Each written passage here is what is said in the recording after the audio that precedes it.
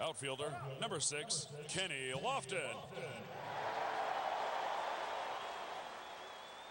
Infielder, number 5, Nomar Garciaparra.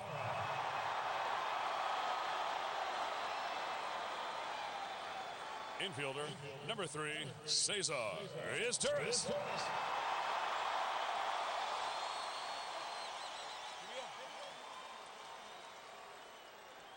And now for today's starting lineup. Batting first, playing shortstop, number 15, Rafael Furcal. Batting second, left fielder, number 22, Jose Cruz Jr. Batting third, playing right field, number 7, J.D. Drew. Batting cleanup, playing second base, number 12, Jeff Kent.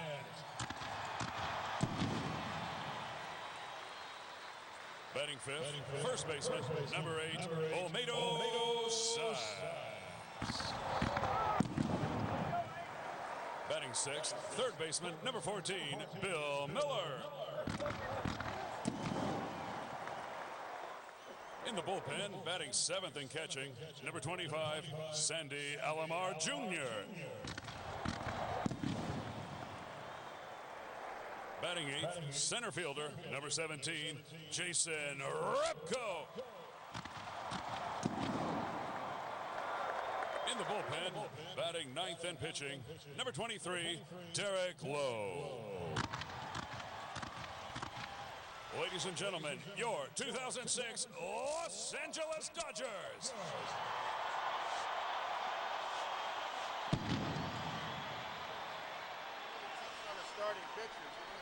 Ladies and gentlemen, as part of our celebration of the 1981 World Championship team, we are pleased to welcome the manager who won the first of his two World Series championships with the Dodgers in 1981. During his 20-year career as the Dodgers skipper, his team captured division titles, 4 National League Leagues. In 1997, his uniform number 2 was retired by the Dodgers. Today's ceremonial first pitch, special advisor to the chairman, Hall of Fame manager, Tommy Lasorda.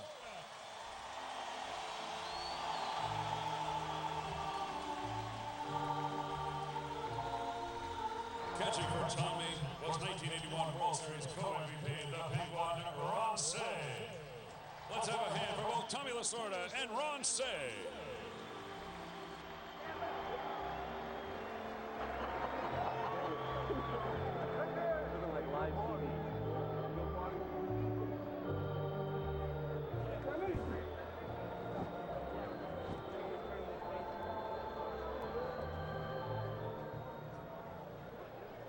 All right, the Doppler radar has cleared, and it looks like we're going to get this one in on time. The color guard now bringing the flags out to the home plate area, and we'll have our flyover and our national anthem in just a minute. Of course, the starting pitchers today, Derek Lowe and Tim Hudson. This is a great matchup on opening day. Let's talk about Tim Hudson. Well, Tim Hudson's one of the premier pitchers in the game. I mean, he's getting the opening day start even over the veteran John Smoltz. As John Smoltz said, Timmy deserves it. Great split-fingered fastball, good fastball period. One of the winningest pitchers in Major League Baseball with over 100 decisions. In fact, he's number 2, just behind Pedro Martinez. Tough guy to beat, but you got to make him try to get the ball up. All right, we'll talk about Derek Lowe in just a second. Right now, let's rejoin the pregame festivities around the home plate area.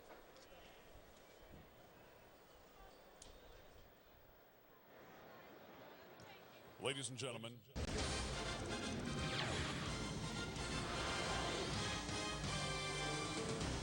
it's time for Dodger Baseball. Live from Dodger Stadium, FSN Prime Ticket presents the Dodgers and the Atlanta Braves. Hi, everybody, and a very pleasant good afternoon to you. Veteran or rookie, it is goosebump time on the old plantation as the Dodgers and the Braves get together, ready to kick off the 2006 season. All of the frustrations and the excitement about spring training is washed away because always during spring training there is one word: so. But not anymore. Everything that happens today and from now on will pay off at the very end of the season. For the Dodgers, to be honest, it has started off on a sour note. Nomar Garciaparra was to be in the starting lineup and play first base. He hurt his side yesterday when the Dodgers played in Anaheim, and so Garciaparra will not play. Olmedo Saenz will start at first base, and the veteran catcher, Sandy Alomar Jr., will be behind the plate for the rookie Dioner Navarro. Last year, when the Dodgers and the Braves rolled around in the dirt, they wound up splitting the six. Pretty hard to figure it out. The Braves won 2 out of 3 at Dodger Stadium, and then the Dodgers went down to Turner Field and took 2 out of 3 from Atlanta. If the pitching is correct today, we're going to see a lot of ground balls. Sinker ball specialist Derek Lowe and Tim Hudson will be on the mound for Atlanta. So we'll get to the pregame stats and stories, and for the first time this year, pull up a chair, make yourself comfortable, and we'll be back right after this.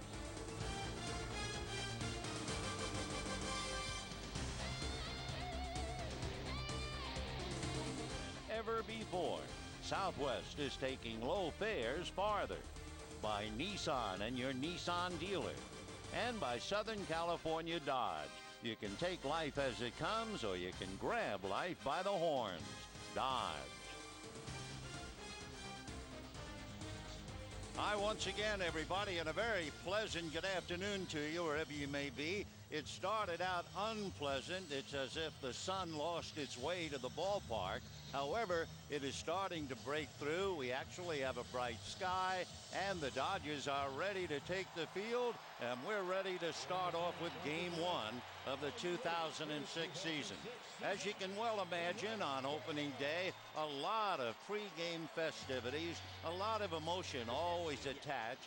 It started out with the Hootie and the Blowfish, and they went through. We had the parachutists coming down from the Navy. Following the parachutists' arrival, Jeff Kent received the Silver Slugger Award presented through his hitting coach, Jim Murray. For Grady Little, the man out of Texas and North Carolina, this is his opening day. Rafael Furcal opens up against his old club, and then followed by Jeff Kent to the lines. All of the expectations and the salute to the '81 championship team. Tommy Lasorda, as the manager of that club, threw out the pitch, and then the piece de resistance, the Air Force flyover, the B-2 bomber from Whitman Air Force Base, then the pigeons. And of course, after looking at a B-2, then suddenly you see the sign of peace as the pigeons were released. We had all of the pomp and the circumstance. We had all of the fireworks that you can well imagine. And now people are settling back into their brand new seats here at Dodger Stadium. And the ballpark that opened up in 1962 never looked better, with all of the new seats, the beiges, the soft yellows, and the pale greens, along with the Dodger blue. And the Braves and the Dodgers getting ready to get it started. For the Atlanta Braves, here's the way their lineup starts. Marcus Giles at second base, Edgar Renteria at short, and Chipper Jones at third. Andrew Jones in center and Adam LaRoche at first. Jeff Francoeur in right, Brian McCann behind the plate, Ryan Langerhans in left field, and Tim Hudson on the mound. And for Marcus Giles, facing Derek Lowe. And Derek's first pitch low and inside, ball one. One of the big things that the Braves had to adjust to is facing a Derek Lowe with Marcus Giles leading off. Giles looks at a pitch for a strike, and the count 1-1. However, when they lost for call, the Braves went out and got themselves another fine shortstop in Edgar Renteria, who hit second in the lineup. Giles, a ground ball base hit up the middle, and we are underway. For the Dodgers, it has been, in some respects, an inauspicious debut before the first pitch. We can take a look at a moment at their defense, but Nomar Garciaparra reported a sore side. He was unable to make the lineup. And so for the Dodgers defensively, you have Saenz, Kent, Furcal, and Miller, Cruz, Repko, and Drew, and Alomar behind the plate. And the batter now, one of the new Braves, Edgar Renteria, checking in. So Giles opens up with a base hit, and Derek Lowe pitching out of his stretch. We talked about a rather inauspicious beginning, first finding out about Garcia Parra as Renteria fakes a bunt, takes a strike. Christine Chenoweth, the wonderful singer who was to sing the anthem, was unable to appear. And just to cap off the day, the 4 umpires, West, Halley, and Rapawano and Randazzo, they had a flat tire on the way to the ballpark. Line drive speared by Miller. Bill Miller takes a base hit away from Edgar Renteria. A brilliant play by the newcomer at third. And just like that, 1 out. Miller leaping to his left to take the base hit away, and now here is Chipper Jones. Chipper Jones, with all of the players playing on opening day, has the highest batting average on opening day for the last 40 years. He's hit .343 coming out of the chute, so he is always a power to be reckoned with, and especially on opening day. As far as Chipper is concerned, he has 2 home runs against Derek Lowe in the past. Derek ready and deals, ground ball to the right side, and Kent kicks it, picks it up, throws to first too late. And just like that, the Braves are in business, and it shows you how baseball goes. A line drive that should have been a base hit is speared by Miller. A ground ball that might have been a double play is kicked by Kent. So Jeff Kent will draw the first error of the year. And the Braves now have runners at first and second with 1 out, and Andruw Jones checking in. Andruw Jones, through 28 years of age, he'll be 29 in April, and he's a remarkable talent when you match him up with, let's say, Henry Aaron, one of the greats. Aaron, for instance, at his age, had hit 298 home runs. Andruw Jones right now has 301 home runs in his brilliant career. He takes ball 1. Derek Lowe out of a stretch, checks and deals, and a sinker in at the knees for a strike. The umpires, Joe West with 28 years behind the plate. Tom Hallion, who started in 1986 at first. Ed Rapawano, 15 and a half years in the big leagues at second. Tony Randazzo at third, 6 and a half years. Meanwhile, Jones whacks one in the gap to left center. Repko over to cut it off. 1 run is in, and on the double by Andruw Jones, the Braves take a 1-0 lead. And of course, the error by Kent is immediately cashed in by Atlanta. One reason why the Braves have been so very, very successful. So Andruw Jones doubles into the gap in left center. Picks up a run batted in. Giles coming home to roost. And stopping at third, Chipper Jones. So 1-0 Atlanta, and Adam LaRoche, left-hand hitter, checking in. LaRoche had 5 at-bats against Derek Lowe last year, and he went 0 for 5. But he has a lot of sock, 20 home runs, and the young left-hand hitter takes a strike, and the count 0-1. The Atlanta Braves, a remarkable organization. 14 straight division titles. Last year, they used 18 rookies, and 12 of them making their debut.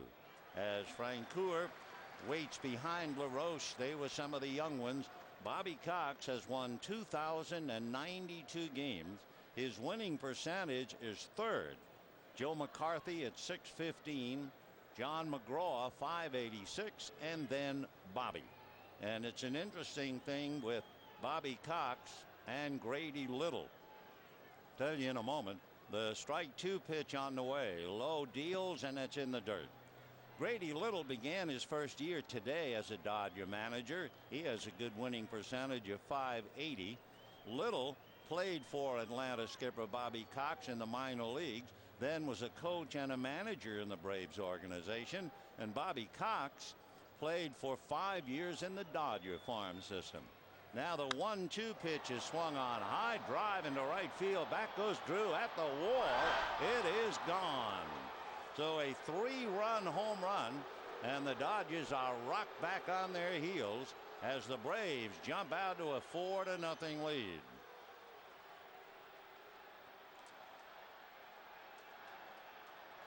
So Derek Lowe gives up a big one in the inning. Giles singled to center. Renteria robbed of a hit on a leaping catch by Miller. Then Jones hit a ground ball that may or may not have been a double play ball, but Kent couldn't handle it for an error. That set the stage for Andruw Jones to double in one. And now Adam LaRoche hits a big 3-run home run. So it is 4-0 Atlanta, and the batter is Jeff Francoeur. Francoeur, right-hand batter, and Lowe's pitch a strike, and the count 0-1. Francoeur against Derek Lowe. And of course, that home run, as we mentioned, for Adam LaRoche. First hit he's had in 6 at-bats against Derek Lowe, and it's a 3-run home run. The next pitch low, and the count 2-1. Jeff Francoeur 0 for 2 last year against Lowe. Swings, doesn't get it, and the count 2-2. Francoeur was second among National League rookies last year in batting average, home runs, and RBIs. The 2-2 pitch on the way lunged at and missed, and down goes Francoeur. That's the second out. The old story, you can't give a good ball club like Atlanta extra outs, and they were given just that, and they're leading 4-0. For the Dodgers and the Braves, celebrating opening day for well over 100 years, and although they're longtime rivals, the Braves and Dodgers haven't opened a season against each other in 15 years, and this is the first time they've opened up at Dodger Stadium. The pitch to Brian McCann. The left-hand hitting catcher is low, ball 1. The clubs squared off on opening day only 5 times since World War II. Ground ball wide of first to Signs, feeding low, coming over, and that's it. But it, in capital letters, means 4 runs, 3 hits, and an error. And at the end of half an inning, Braves 4, Dodgers coming up.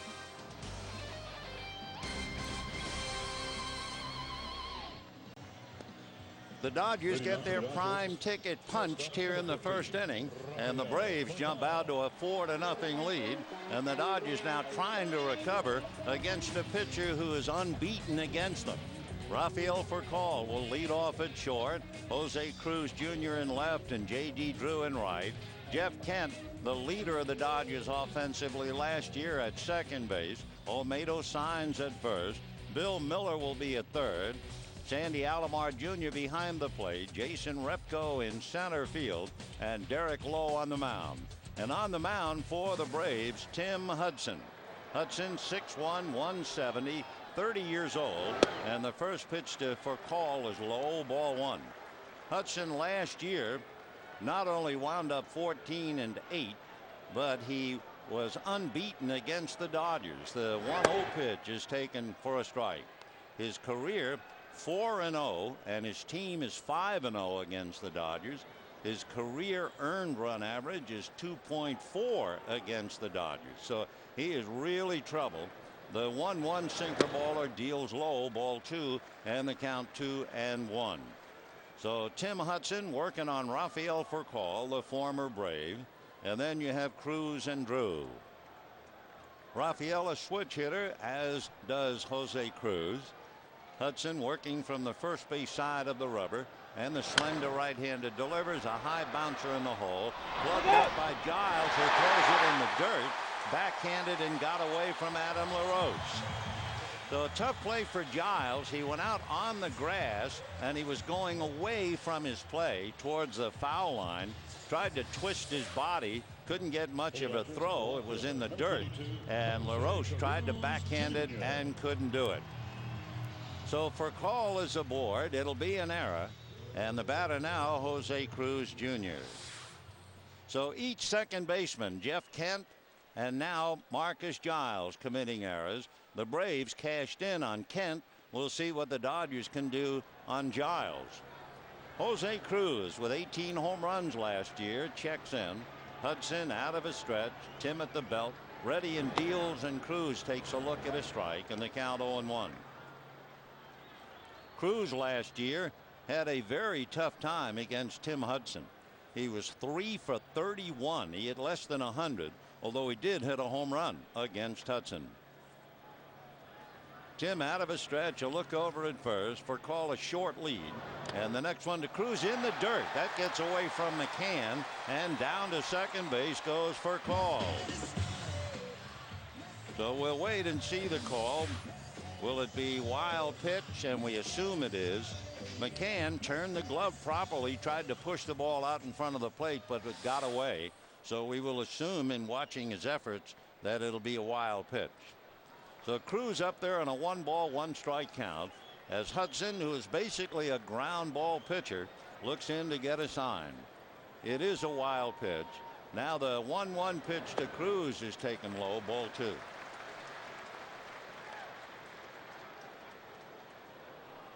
Both Hudson and Lowe figure, if they're on their game, to get a lot of ground balls. But for Derek Lowe, he gave up that big 3-run home run to Adam LaRoche. All right, Hudson set, and the 2-1 pitch, low, backhanded by McCann. Nice play. So Hudson trying to keep the ball down, and he's got it dirty a couple of times. The ground ball pitchers in their ratio to fly balls, Derek Lowe very good, Greg Maddux outstanding, and Hudson maybe the toughest of all. The 3-1 pitch coming up, swung on, and wouldn't you know, lifted in the air to straightaway center. Andruw Jones looks up into that soupy sky and makes the catch for the out. So For Call holding at first, Now batting. and the batter will be J.D. Drew. J.D. Drew 1 for 3 against Hudson in the past, but of course, as you know, the Dodgers banged up so much last year. Drew having had his wrist broken, so he only had a couple of at-bats against Hudson. Interesting in looking back at the history book about the Braves and the Dodgers opening up. Hudson out of a belt, leading 4-0, and drew a ground ball up the middle, but there's Renteria behind the bag to get him. Taking third is For Call, and with 2 out, the batter will be Jeff Kemp. Here are the Braves defensively. Adam LaRoche and Marcus Giles, Edgar Renteria and Chipper Jones, Ryan Langerhans, Andruw Jones, and Jeff Francoeur in the outfield. Brian McCann behind the plate. You know, it's been just short of 60 years the last time the Braves beat the Dodgers in a season opener, and what a day that was. April the 15th, 1947. The Braves in the Dodger opener, perhaps the most notable of all, that was Jackie Robinson's major league debut. It was back in 1946, April the 16th, when Johnny Sain beat the Dodgers 5-3. But it has been a wonderful series down through the years, and we'll just pick up where we left off. Now Kent waiting at the plate. Hudson set, looks over at third, comes to his hitter, low, ball 1. Little extra pressure, not so much on Kent as on Brian McCann when you're handling a sinker baller with a runner at third. And of course, Hudson has already been charged with 1 wild pitch. So Jeff Kent hit .300 against Hudson in the past. Tim Reddy and deals, and he's off the plate. Kent 6 for 20 in his past experiences against Hudson. It is 4-0 Atlanta. A big 3-run home run by Adam LaRoche, plus an error by Kent that kept the door open.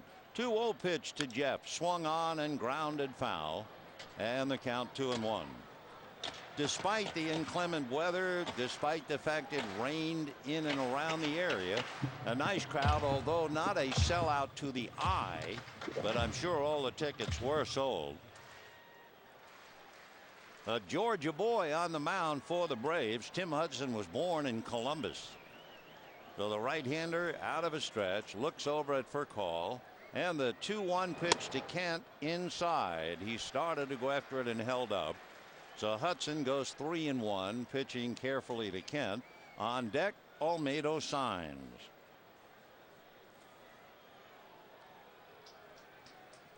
Hudson straightens up, another look over at For Call, down the line from third. The pitch to Kent swung on and fouled back, and the count 3-2. For the Dodgers, when you look back to last year, adding up all of the player days and games missed with players on the DL, last year 1,457 player days. The Washington Nationals had over 1,800, then the Mariners, then the Dodgers. So a long season, and it is a very expensive one with a lot of people making the payments on the bill. 3-2 pitch to Kent is off the plate. Ball 4. Sinker down and away. So the Dodgers have runners at first and third. 2 down in the first inning. 4-0 Atlanta. And the batter is Olmedo Signs. First baseman, number 8, Olmedo Signs. Olmedo Signs did not bat against Hudson. So this will be his first at bat against the sinker baller. Olmedo 15 home runs, replacing Omar Garciaparra. Nomar hit .308 in the past against Hudson, so they're going to miss him today unless Signs has a big day. And the first pitch way outside, ball 1, 1-0. Following Signs, Bill Miller, as Nomar draped over the railing, has to be so frustrated. A local boy coming back to play with the local club, only to miss all the excitement of opening day. How many more games he will miss remains to be seen. The 1-0 pitch on the way, and Signs has a look and pays a strike. So Cowboy Joe West calling balls and strikes. By this time the hitters now starting to feel they get an idea of the strike zone, and most of the pitchers with Hudson and Lowe should be down. The brand new seats are occupied and give the folks a great view of the ballpark and the ball game. 1-1 the count. 4-0 Atlanta. We're only in the bottom of the first inning. We have just begun. Hudson out of a stretch, checks the runners in the right-handed deal. Signs takes in the dirt. Another nice play by Brian McCann. So Hudson trying to keep the ball down, but he's making a lot of pitches.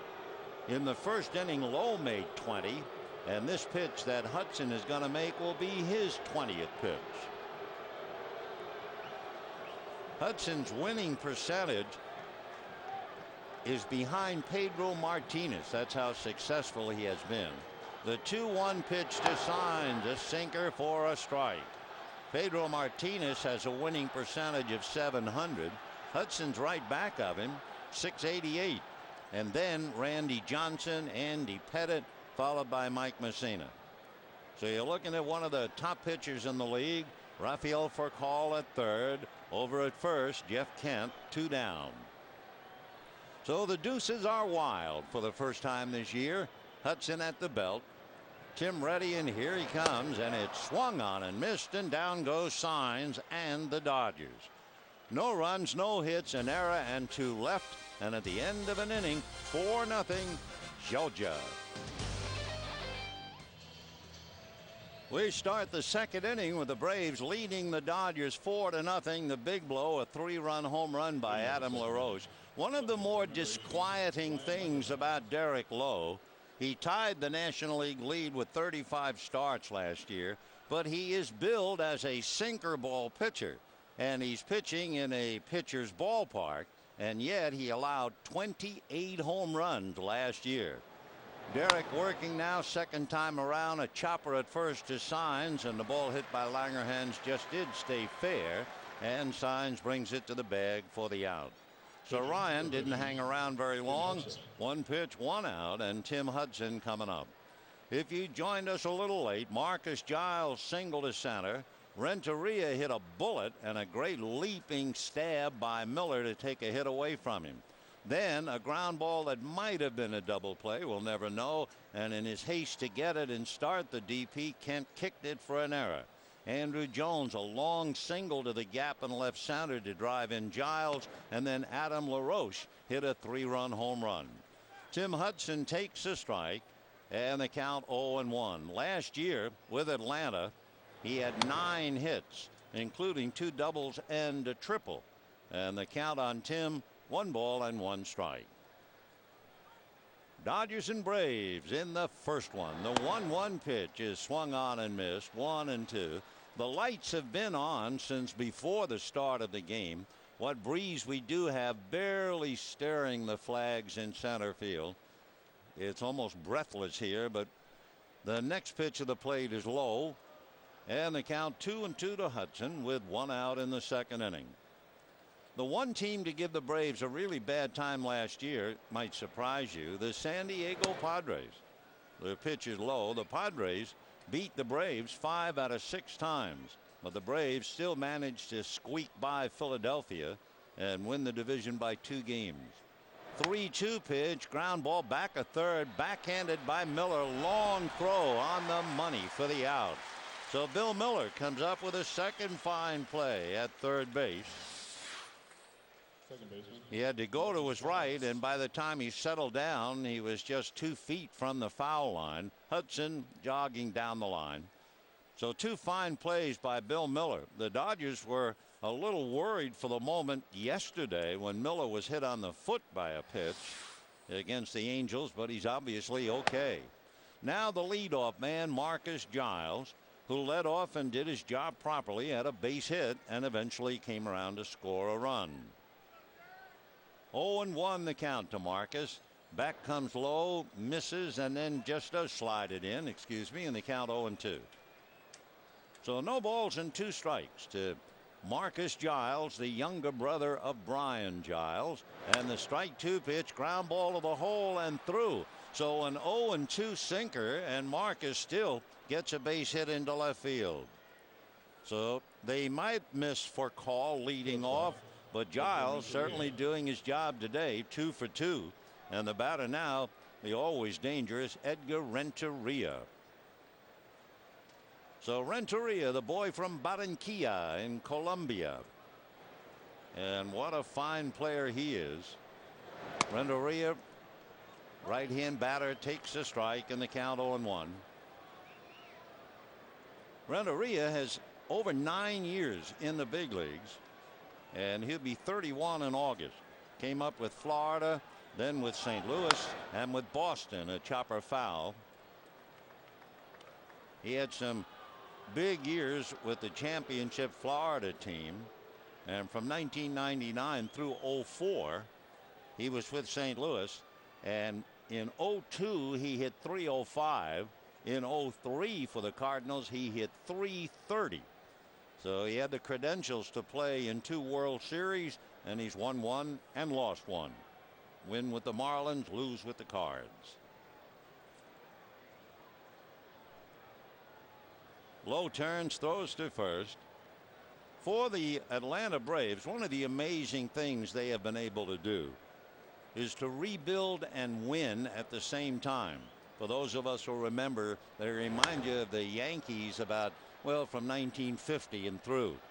Somehow or other, they would lose a veteran player, come up with a kid from inside the organization, or make a trade. When the Braves needed a good pitcher, they traded away Doyle Alexander, and who did they get?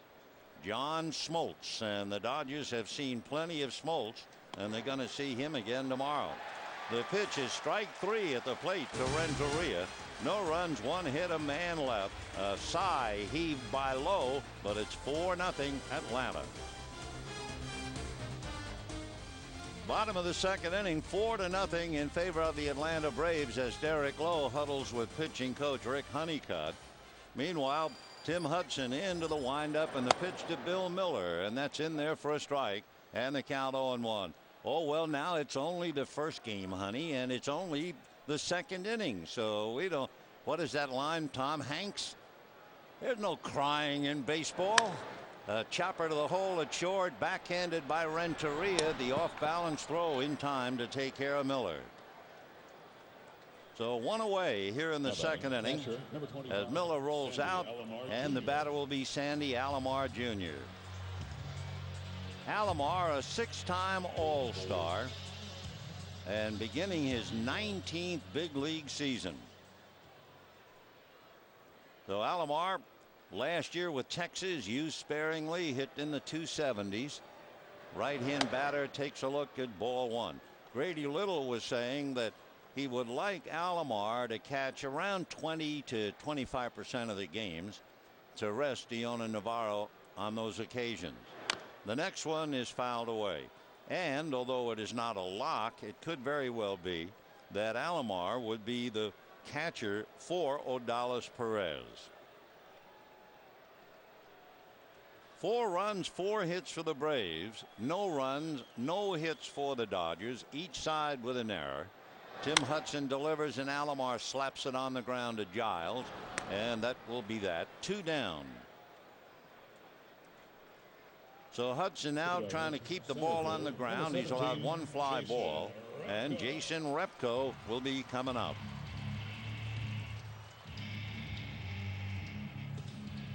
So Jason Repko, who figured to be a perhaps backup outfielder, but with Kenny Lofton on the DL, Repko makes the start in center field. Hudson delivers low, ball 1, 1-0. Repko did not have an at-bat against Hudson last year. The 1-0 pitch on the way. Repko has a look, and that's ball 2. 2-0 the count.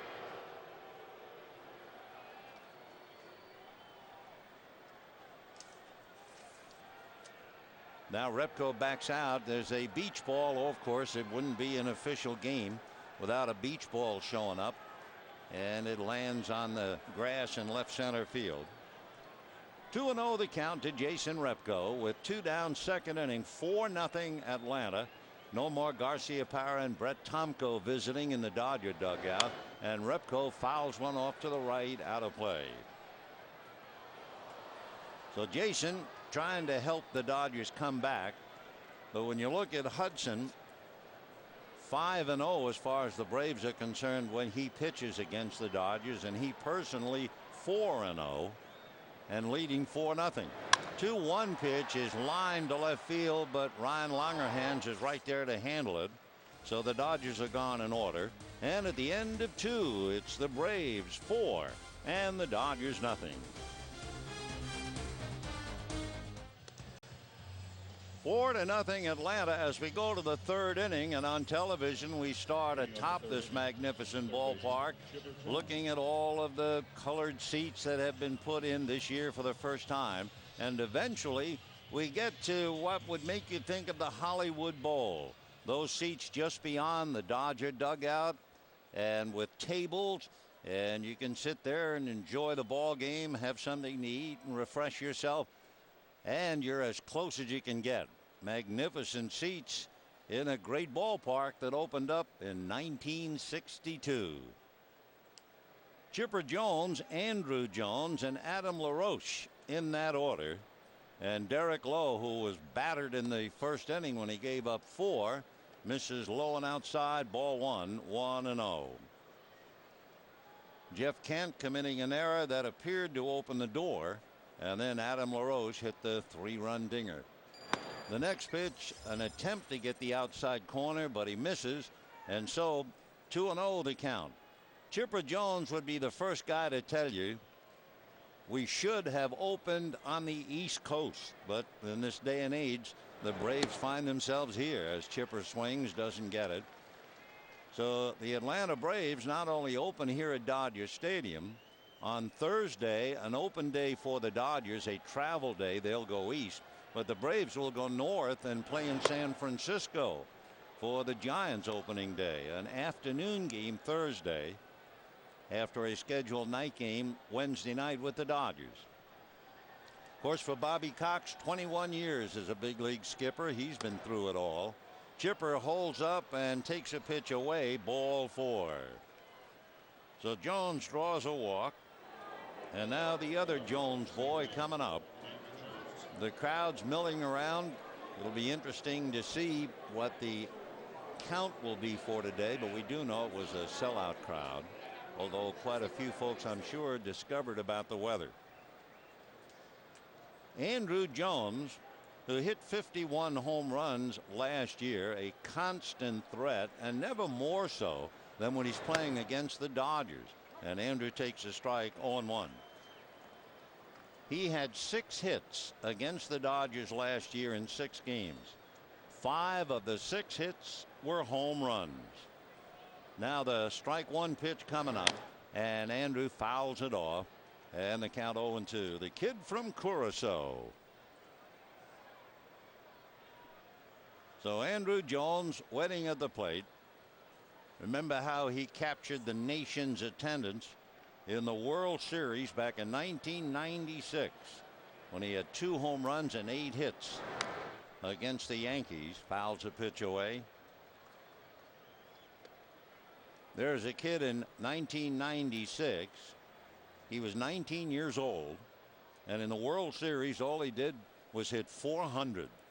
So the fact that he is now up there where he's hitting 51 comes as no surprise.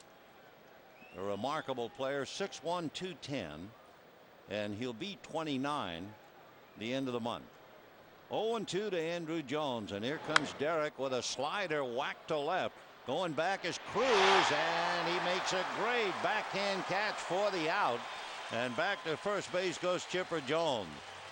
I'll tell you one thing for Derek Lowe. He gave up an 0-2 base hit to Marcus Giles, and he threw an 0-2 slider, and Andrew Jones almost hit it over Cruz's head. So Andrew is robbed of an extra base hit by Jose Cruz Jr. So Lowe is not particularly sharp at all, besides the fact the score is 4-0, and you want to say, well, the error hurt him, but he is not sharp. At the plate now, the left-hand hitting Adam LaRoche, who homered with 2 men aboard in the first inning. LaRoche last year as a rookie caught everybody's attention, and he figures to be around. The Dodgers, of course, have his younger brother Andy. The pitch outside, and the count 1-1 strike. Adam LaRoche, who was born in Orange County.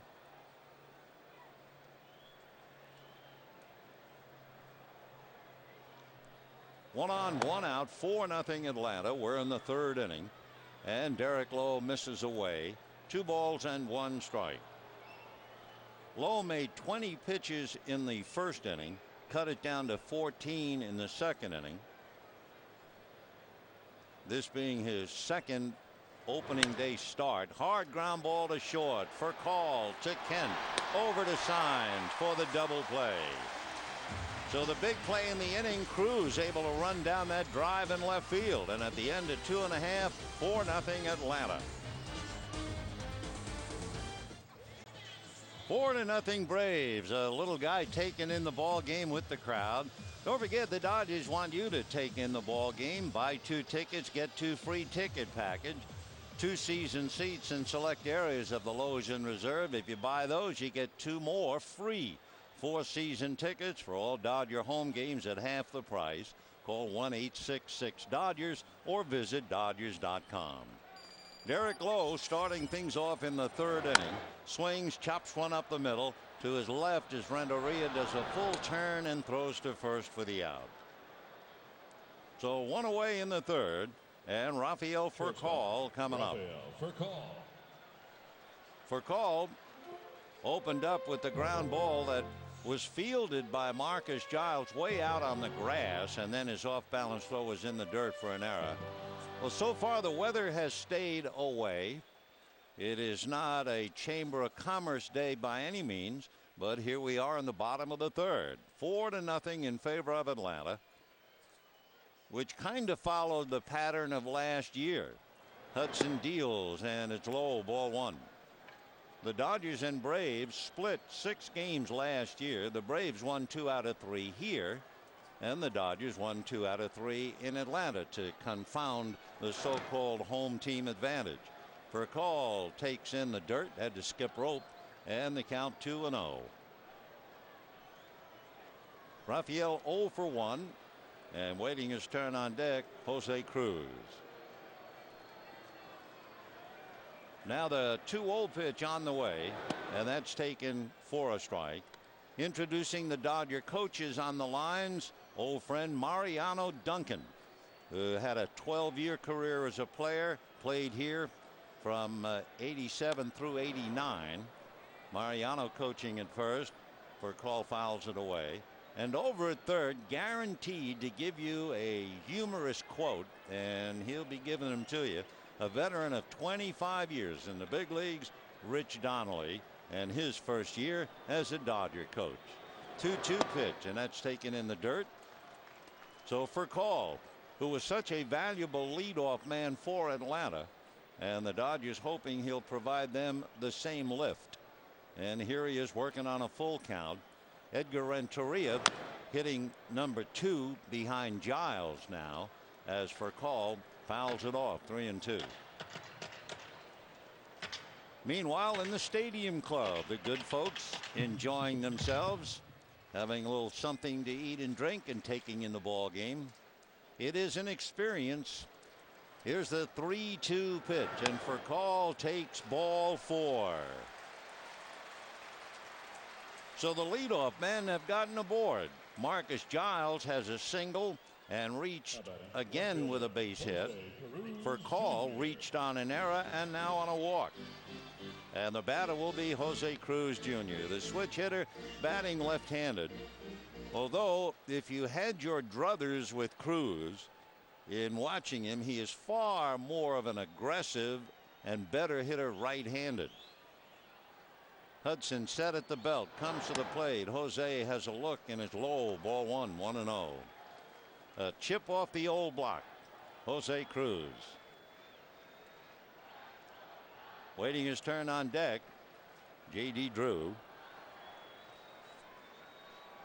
1 ball and no strikes the count. Hudson throws to first, and for Call diving back to the bag. For Call, remember, had knee surgery, and he also had some back spasms, which really came to the surface on a head-first slide in an exhibition game. That'll give you an idea of his attitude about playing in the big leagues. Hudson, a long look, and the pitch, and there's a base hit into right field. For Call takes a look at Francoeur and then holds on, and the throw at second base pretty close. So Cruz, a ground single to right. Rafael Furcal advancing to second, and J.D. Drew coming up trying to get the Dodgers on the board. J.D. Drew checking in for the Dodgers, and maybe for Drew his finest year, and he first came up in 1998 with the Cardinals, but his finest year was as a Brave. 2 years ago he hit .305 and he had 31 home runs, 93 runs batted in. Here comes Hudson, swung on and fouled off, and the count 0-1. So you would think it is strength against strength, a sinker baller and a left-hand hitter. Braves got 4 in the first inning. A big blow, a 3-run home run by Adam LaRoche. And the Dodgers now with a walk and a base hit and nobody out. And the heart of the lineup, Drew, Kent, and Signs coming up. Out of a stretch goes Hudson. And the strike 1 pitch on the way. Sinker low. Drew wouldn't bite. And the count 1-1.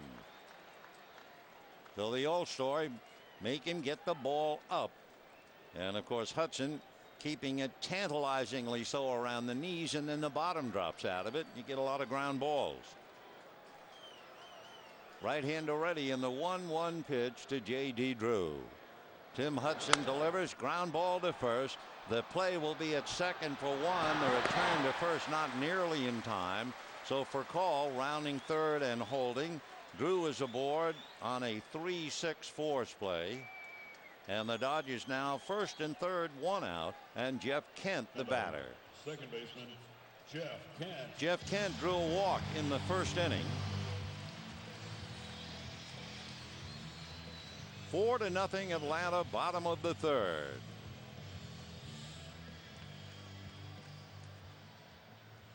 Dodgers not only would like to get some runs on the scoreboard, but they would like to match the Braves, because perhaps the main concern of the Atlanta Braves would be their bullpen. That's why it is so important for Hudson to give them a lot of innings. Right hander ready in the pitch to Kent, and that one is off the plate. Ball 1, 1-0. The Braves bullpen last year had an earned run average of almost 5.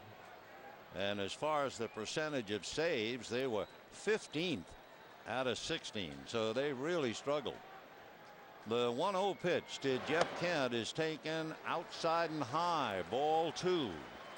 Waiting his turn on deck, Olmedo signs. So the bullpen sitting back, and they have deteriorated since 2002. They've just been going downward, and last year they had a very rocky pen and still won the division. Here's the 2-0 pitch on the way, and that's a ground ball to the hole into right field. Base hit. In comes Furcal, stopping at second at Drew. It looked like the ground ball was going to die of exhaustion on the grass in right field, so Marcus Giles never quit. Even though he was running into shallow right field, he still thought he might have a play. But the ball just did get by Giles, so the Dodgers get a run. They have 2 on, and the batter with 1 out is Olmedo signs. So Kent rolls one through and picks up a ribby. 4-1 Atlanta. Signs struck out in the first inning. On deck, Bill Miller. Hudson straightens up, checking his runners. Right-handed delivers, and it's swung on and missed. Signs trying to uppercut a sinker and came up empty. So J.D. Drew is at second. Jeff Kent is at first. 2 out, third inning. Braves 4, Dodgers 1.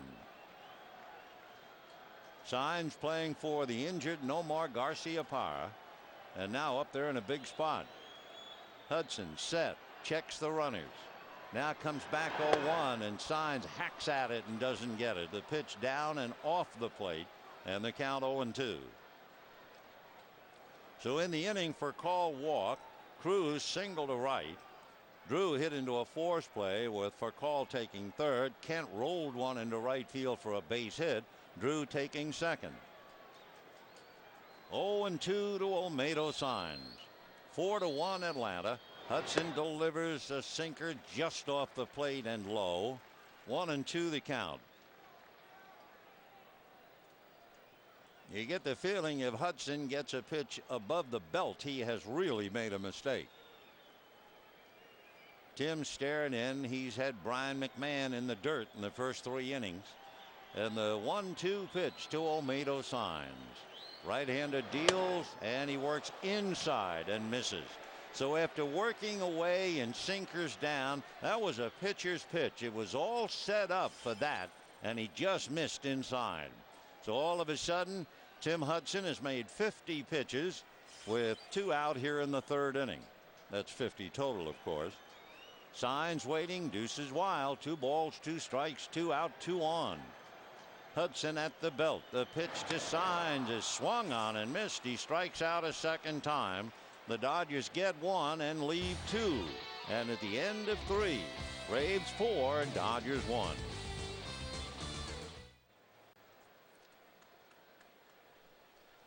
Four to 1 in favor of the Braves as we go to the 4th inning. And Jeff Francoeur to start it off. First ball hitting, nice scoop by Kent to get him. So Francoeur didn't hang around. First ball swinging. 1 down. A trivia question for today. Our friend the Duck from Aflac. And here comes the question. Who was the only Dodger 2004 opening day starter still with the team? Isn't that amazing? The attrition in just 2 years. Here's Brian McCann. Todd Pratt backs him up, but McCann figures to be doing a lot of work all year long. He's only 22. He's multi-talented, and he has a potential not only to hit for high average, but also power. They say his game calling ability is beyond his years. Brian McCann. And a hopper into right field, base hit. So McCann a single to right. That would be the 5th hit for the Braves.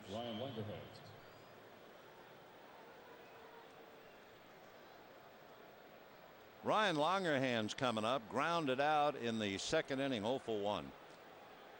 A lot of people who follow the Braves look at their outfield of Langerhans, Andrew Jones, and Jeff Francoeur, and say it could be the best defensive outfield, not only in the East, but maybe in the National League. And of course, they have a huge start when you talk about an outfield and you put Andrew Jones in center field. I mean, all Andrew Jones has done is collect 8 Gold Gloves. But the kids are also very talented off the plate. And they project that it's possible. And of course, Andrew hit 51 home runs last year. But they're saying that their outfield could very well hit 100 home runs and maybe as much as 280 RBIs. Strike. So Ryan Langerhans batting 8th with Tim Hudson on deck. 1 out. We're in the 4th inning. 4-1 Atlanta. Adam LaRoche, a big 3-run home run in the 1st inning. A chopper to Signs. Down to Furcal. Back to Signs. Double play. And that's the inning. No runs, 1 hit, nobody left. And at the end of 3.5 innings, it's 4-1 Atlanta. 4-1 in favor of Atlanta as we go to the bottom of the 4th inning. Bill Miller will start it off, the switch hitter who has made 2 fine defensive plays and in 10 years in the big leagues has shown everybody that he is a good, solid, all-around hitter, and never more so than 3 years ago when he won the batting crown in the American League for the Boston Red Sox. So Bill at the plate, then Alomar and Repko. Strike. 0-1. Bill, a switch hitter, playing for his 4th club. Little foul off third, slicing upstairs out of play. Bill Miller is 35 years old. In fact, he was 35 on St. Patrick's Day. 5'10", 180. Foul ball.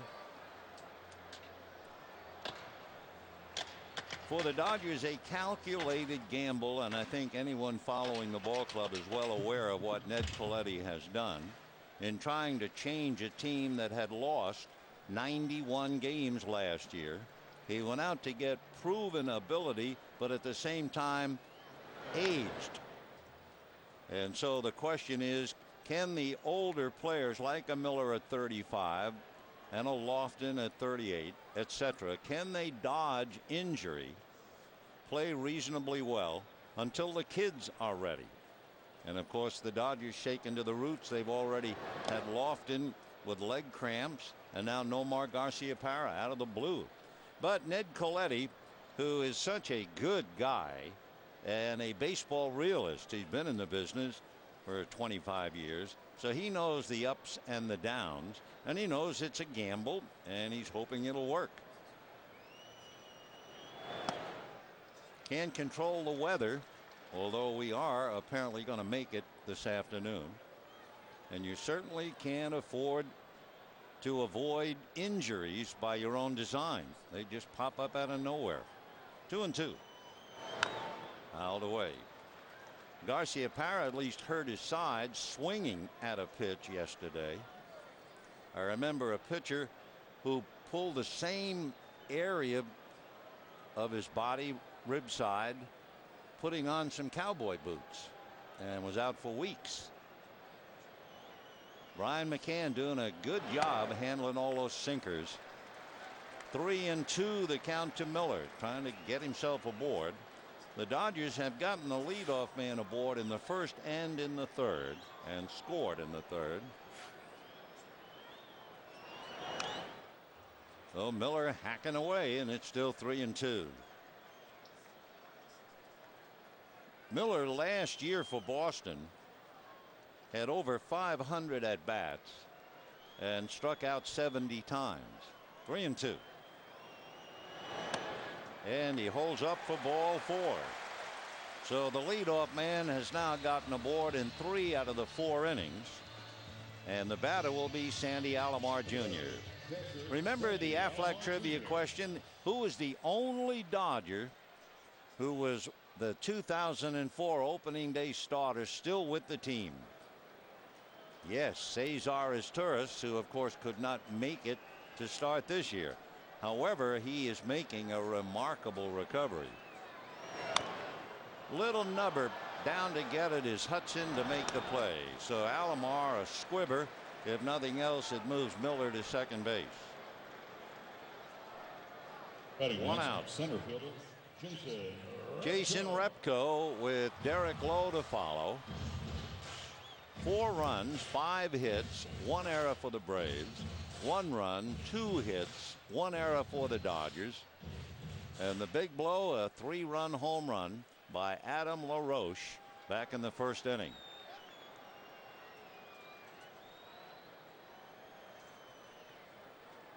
So here is Repko, flied to left field in the second inning.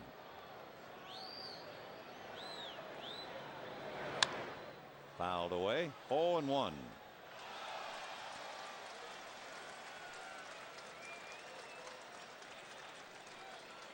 Still not an official game, if you wonder. 4-1 Atlanta. Bottom of the 4th inning with the Dodgers trailing. Of course, it has to go full 5. But the sky has brightened up a bit. 0-1.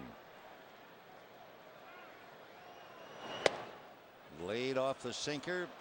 No swing, says Tom Hallion. 1 ball, 1 strike.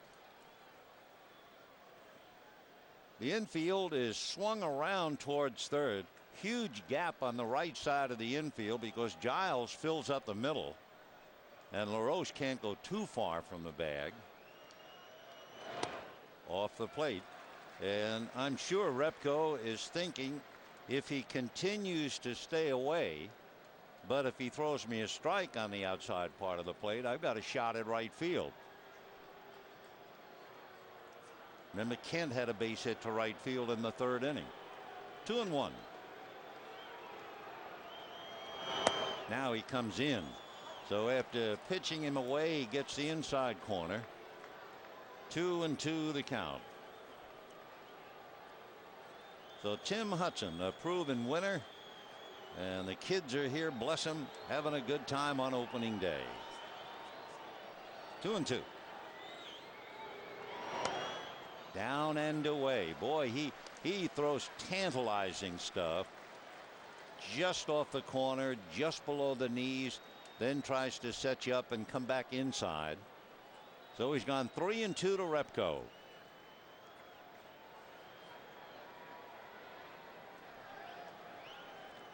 Out there at second base is Bill Miller, and there's a 1-hopper to short. Renteria for the throw in the dirt and scooped out. There was not much on that throw by Edgar, and Repko's the kind of a guy who always burns it down the line. So Renteria just did make that play. Set, and then even did a hop and a skip and threw a poached egg over to first base. And Adam LaRoche, a good play. 2 down. I don't know whether Edgar might have a slight sore arm, but Adam LaRoche was a good man to have at the other end. So now Derek Lowe with a runner at second, 2 out in the 4th. 4-1 Atlanta.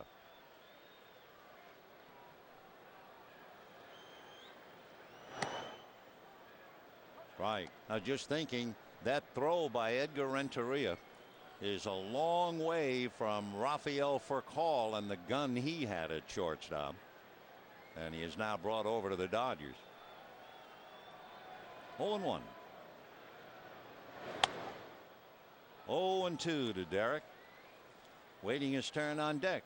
Rafael Furcal.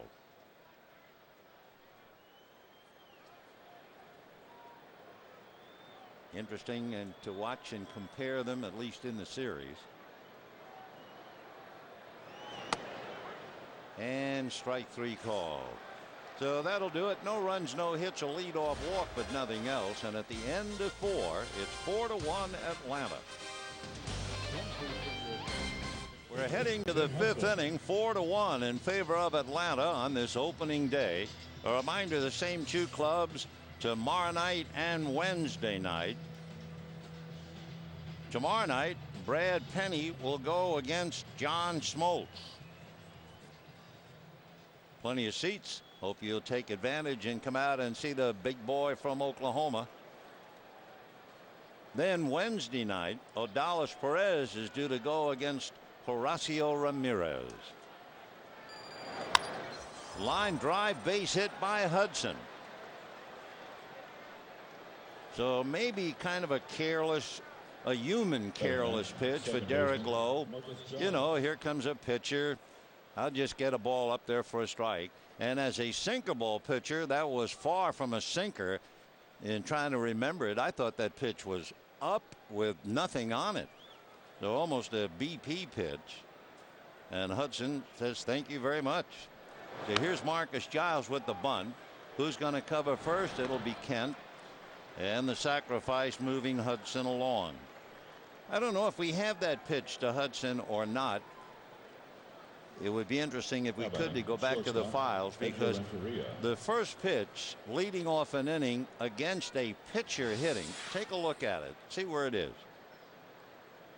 I mean, now the lollipop up there from a sinker ball pitcher.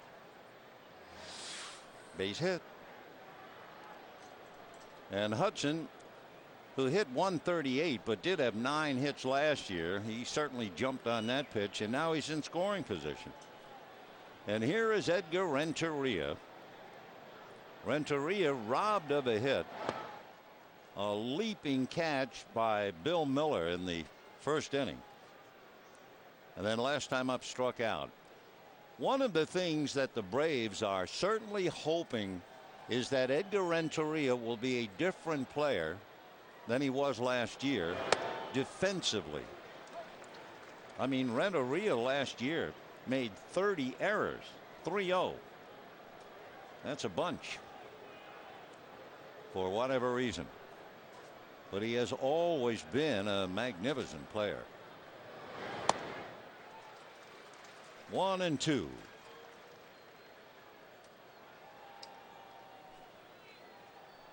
One out, fifth inning, 4-1 Atlanta. Light breeze blowing from right to left. You know how you dress up the house when company's coming? Boy, they have dressed up Dodger Stadium. It is gorgeous, and company is here. Still 1-2. Imagine the job after last year. I mean, you and I rearrange a little furniture in the house. And what they've done here, change over 50,000 seats. Change the concrete. It's a brand new ballpark. Still 1-2 to Edgar, with Chipper Jones on deck. And of course, those truly new seats, the new location. You're right in the ballpark.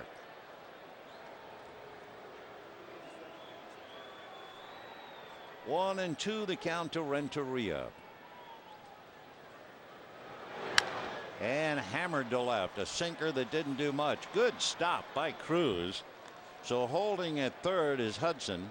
And so Lowe, who made that very first pitch a bad pitch in the inning, is now in danger of paying for it. How about it? Third baseman Chipper Jones. So Cruz racing over to backhand it, otherwise the run is in easily. So first and third, one out. Braves leading 4-1. Hudson talking to Freddie Gonzalez, the third base coach, and Renteria 1 for 3 over there at first. Here is Chipper, switch hitter par excellence, reached on the error and walked. And promptly strokes it to center. So maybe that first pitch by Lowe was an indication that the tank was almost empty. So Hudson comes in to score on the single by Chipper Jones. Stopping at second is Renteria. And just like that, 5-1 Atlanta, and the Dodger bullpen will get a phone call in a minute. Hung-Chi Kuo, the young left-hander, as Chipper got that sinker that didn't sink. So Rick Honeycutt, who had 21 years in the major leagues and played here for 5 years, from 83 through 87.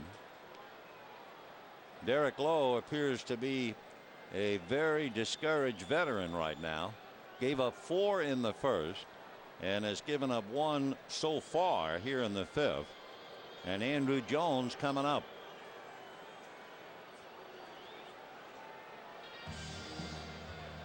So Rick Honeycutt, a very talented left-hander in his day, going back in the Dodger dugout.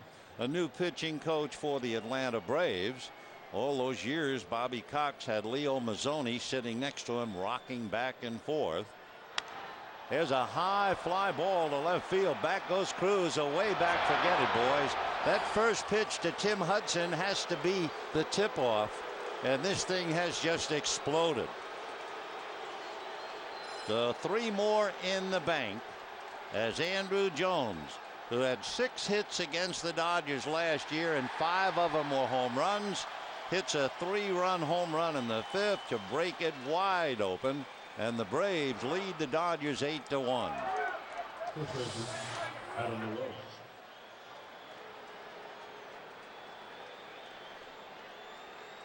At great swing, Andrew Jones, perfect timing and strong enough to just muscle it in the bleachers. So it is 8-1 Atlanta. 4 in the first and 4 in the 5th, like a set of cufflinks bracketed by 3 zeros. Oh, is he a player? And with all that power and the good batting average, he also has 8 Gold Gloves. So getting 5s all around. Andrew Jones, the kid from Curacao. Roller down to short for call. 2 down. So Tim Hudson came up in the 5th inning and singled to left field. And whether that was an ominous note or not, a 1-out single by Renteria, a single by Chipper Jones, and a home run by Andrew Jones. Now Jeff Francoeur struck out, grounded out, 0 for 2. The Braves 8 runs, 9 hits, and an error. And the Dodgers just 1 run, 2 hits, and 1 error. Dodgers have Furcal, Cruz, and Drew due up in the 5th. Chopper to Miller. And that'll do it. But it could very well be the ball game as the Braves put 4 more on the board. And at the end of 4 1/2, Atlanta leads 8-1. The Braves leading 8-1, bottom of the 5th inning. A reminder, the Braves here tomorrow and Wednesday at 7:10. All fans in attendance receive a Dodger car window cling, compliments of General Motors. So visit Dodgers.com or give us a call. Ball 1 to Rafael Furcal. Furcal reached on an error, walked, and scored the only Dodger run in the 3rd inning. Dodgers only have 2 hits. And make it 3. So Furcal, a bullet into right field. So as a leadoff man, he has certainly done his job. He has been on base 3 times, an error, a walk, and a single. Left fielder Jose Cruz Jr. Now Cruz coming up. Jose flied to center, single sharply to right. Dodgers down 8-1. Shades of San Francisco opening day last year when the Dodgers were buried by the Giants, much to the delight of the fans. There's a base hit to right for Cruz, and Furcal going to 3rd on the single. So the Dodgers come up with back-to-back singles with nobody out in the 5th inning. And the batter will be J.D. Drew.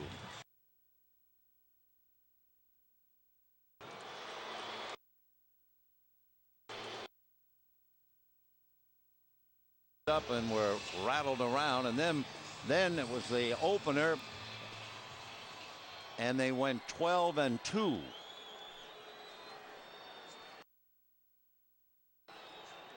So here is J.D. Drew, 1st and 3rd, nobody out, 5th inning. 8-1 Atlanta. Foul ball.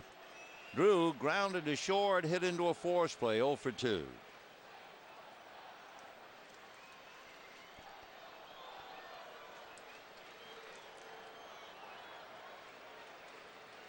A healthy Drew, of course, can mean so much.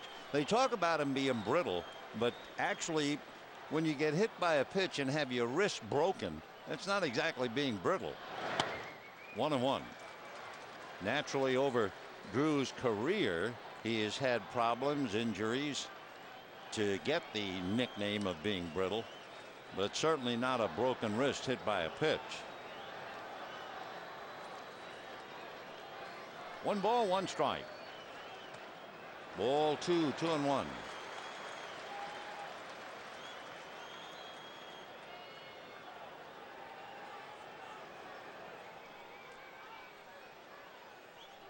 Last year, the Dodgers opened up in San Francisco and lost, and then turned around with a record of 12-2.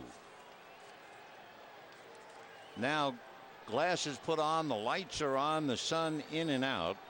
So Adam LaRoche not taking any chances. 2-1. Ball 3. Now that was unlike Hudson to get a pitch that high. That's the first time I think that Tim has made a pitch so much up above the strike zone. He also had made 70 pitches in the first 4 innings. And if there is any hope for the Dodgers down 8-1 is what we had mentioned, and that is the bullpen for Atlanta has been a little bit questionable. Of course, when you have a 7-run lead, you're doing pretty well. 3-1 to J.D. Drew. 3-2.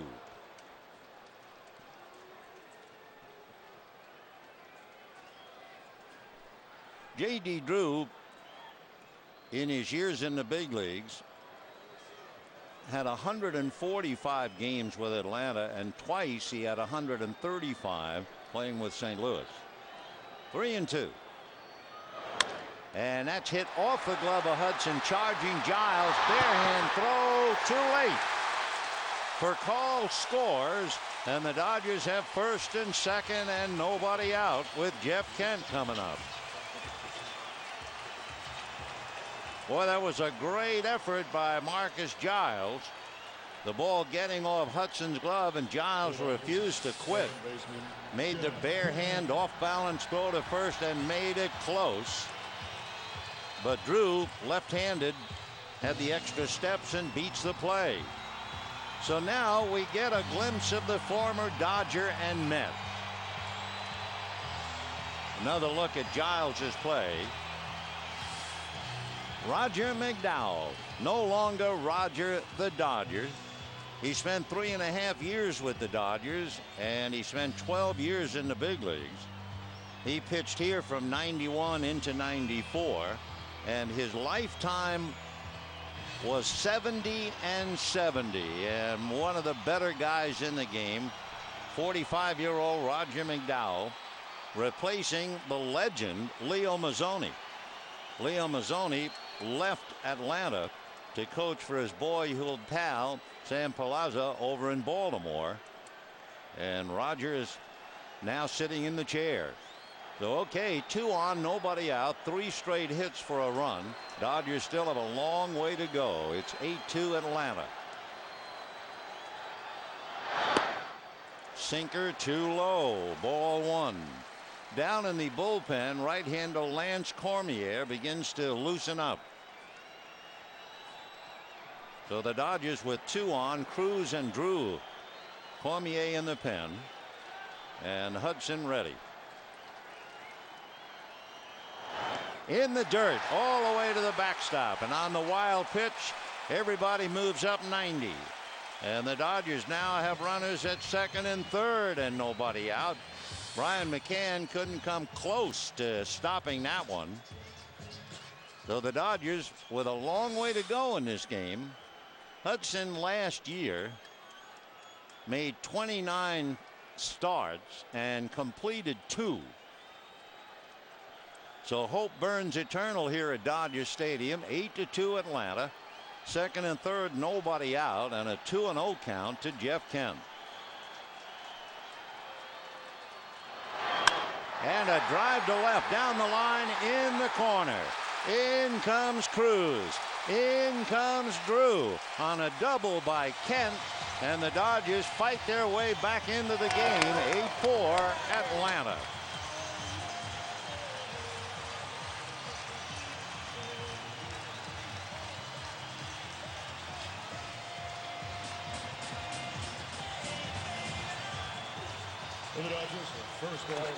And now Bobby Cox coming out of the dugout, and that will do it for Tim Hudson.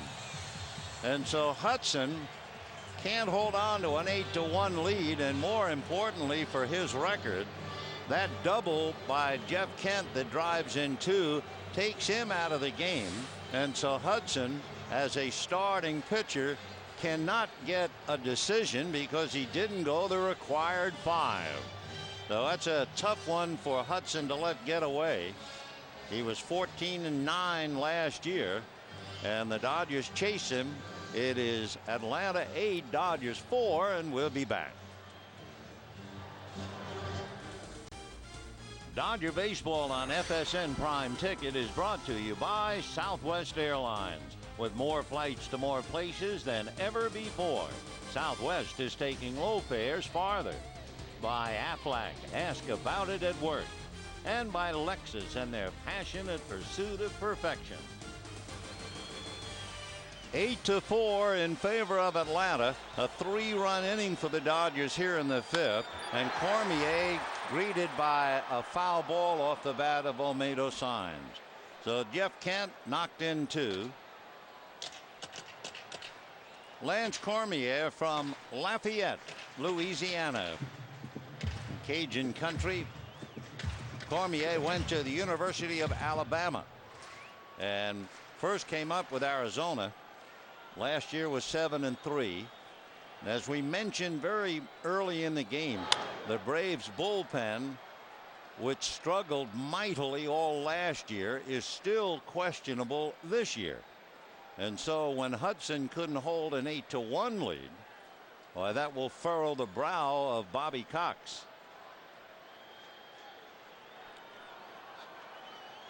Cormier, 25 years old, as Hudson looks on. 0-2 to Saenz, who struck out twice against Hudson. And he's going to strike out again as he is caught looking on a $1 million pitch by Lance Cormier. So 1 out.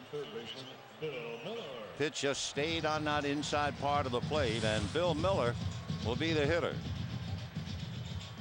Cormier last year with Arizona, 79 innings.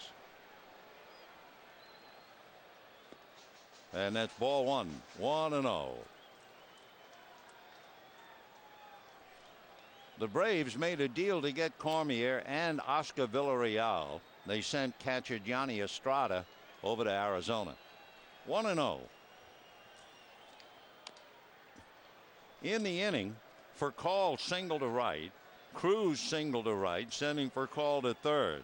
Drew slammed one off Hudson's glove and beat Giles' recovery and throw. And then Kent doubled into the left field corner to drive in 2 more. So it is 8-4 Atlanta, and we're in the bottom of the 5th. Off speed, missed with the change, ball 2, 2-1.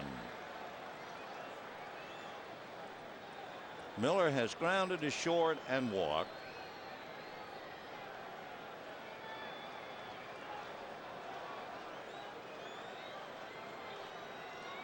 Two and 1. Diddy couldn't hold up.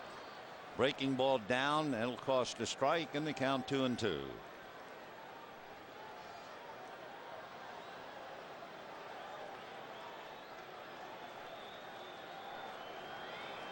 Kent at second, 1 out, 3 in, 8-4 Braves, 5th inning.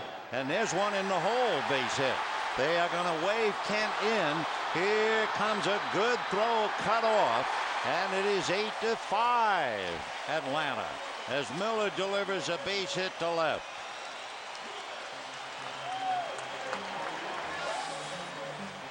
I tell you what, that looked like a wonderful throw. I was a little surprised that Chipper's going to cut it off. Look at this. Chipper's right there, and that might have been on the money.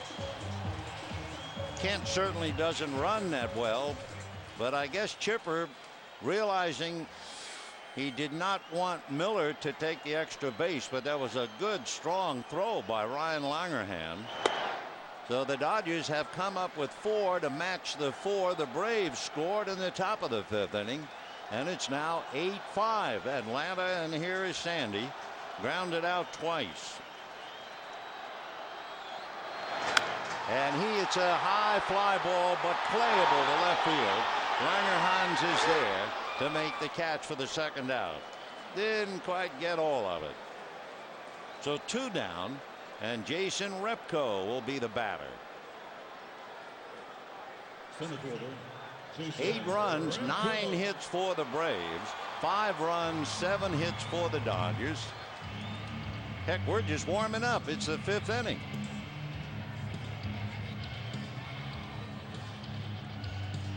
Jason flied to left, rolled to short, 0 for 2. That's a strike.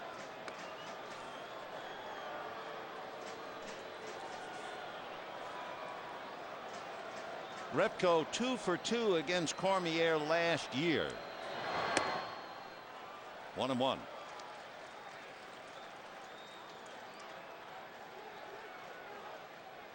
So Lance trying to bail out Tim Hudson.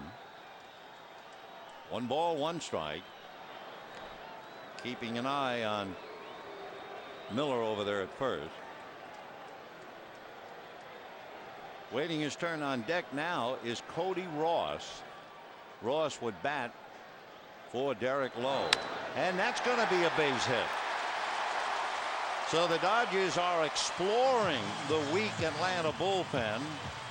They have come up with 2 hits against Cormier. And now Cody Ross, who was perhaps the hottest Dodger hitter in the spring, coming up, and Bobby Cox no doubt thinking, I know I've got a weakness in the pen, but what am I going to do about it? Number 54, Cody Ross.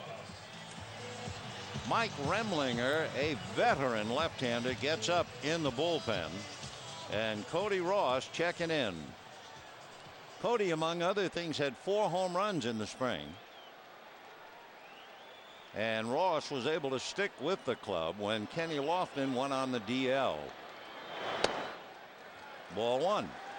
So this crowd that was so discouraged, a typical fan crowd in the sense they booed in the top of the 5th, and now they're right back in the game, as are the Dodgers.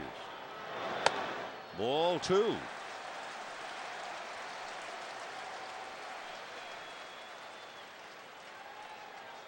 So Cormier got 2 outs, but he's given up 2 hits. Dodgers have Miller at second and Repko at first, and a 2-0 count to Cody Ross. Foul back out of play.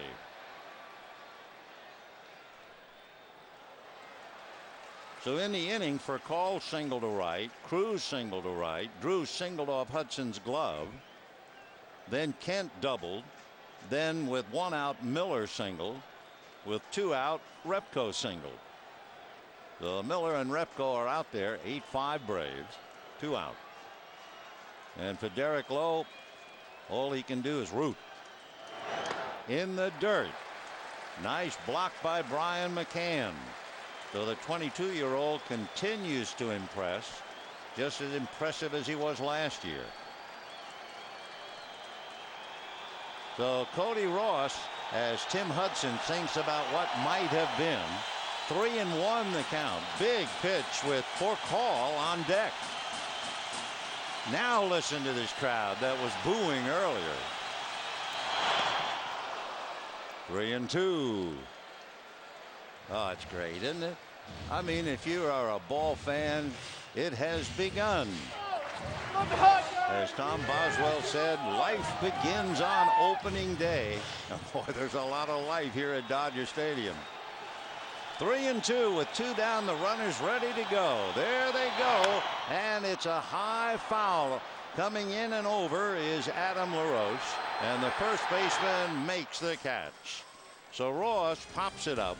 The Dodgers get 4, and at the end of 5, Braves 8, Dodgers 5.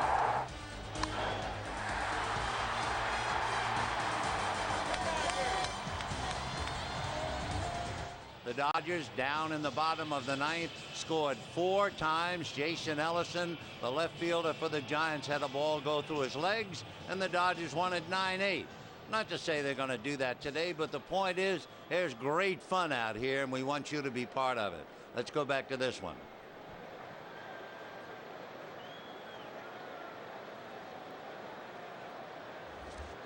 Hung-Chi Kuo will come out of the Dodger bullpen and try to keep it 8-5 for the moment.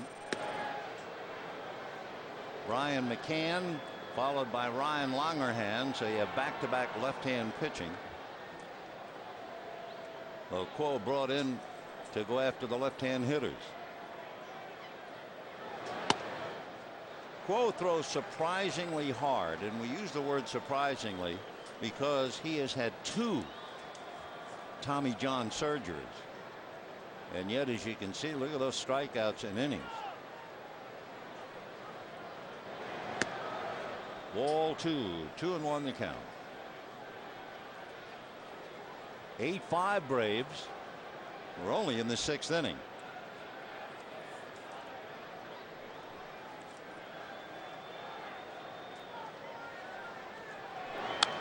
Foul back. Brian McCann grounded out and single to right. He's 1 for 2.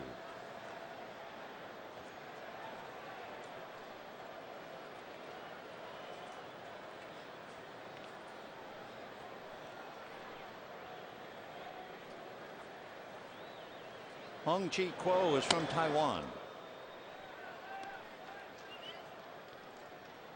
With all those strikeouts, you know he's big. He's a 6-footer, and he checks in at about somewhere between 235 and 240. He will be 25 in July. Yancy Braziban throwing back of him in the Dodger bullpen. Dodgers certainly would feel that if this game got down to bullpen versus bullpen, they would have to be favored. 3-2 to McCann. Remlinger stopped throwing in the Braves pen. That's pop foul off to the left. Sandy Alomar Jr. Gosh, how many of those has he handled in his tremendous career? 1 away. Big leaguers do it so well. They were always shocked when they drop one. But it is so hard to get under a pop fly. I mean, look at that. 1,284 games. How many times did he handle high pop-ups in each game? Well, here's Langerhans, grounded out, hit into a double play. Good fastball, good swing and a miss. Out on deck, an old pal, Brian Jordan. So another veteran who has fought his way onto the roster.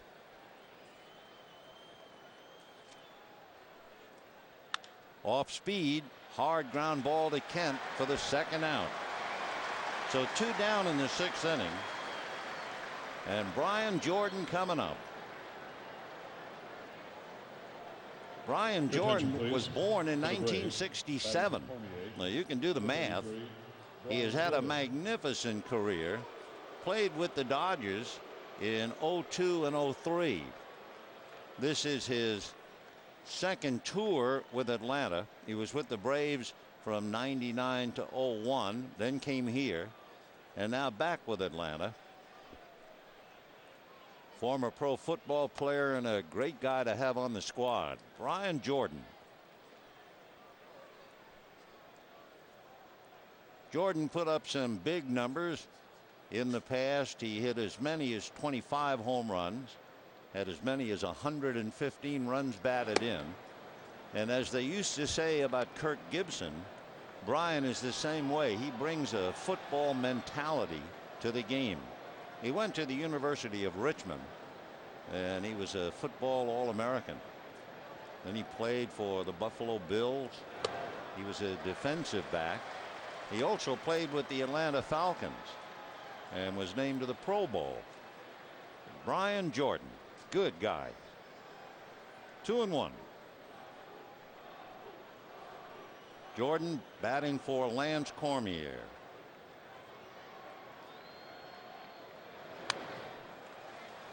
Foul back. Braves got 4 in the first inning. The big blow, a 3-run home run by Adam LaRoche. Dodgers got 1 in the third. Then in the 5th inning, Andrew Jones hit a big one.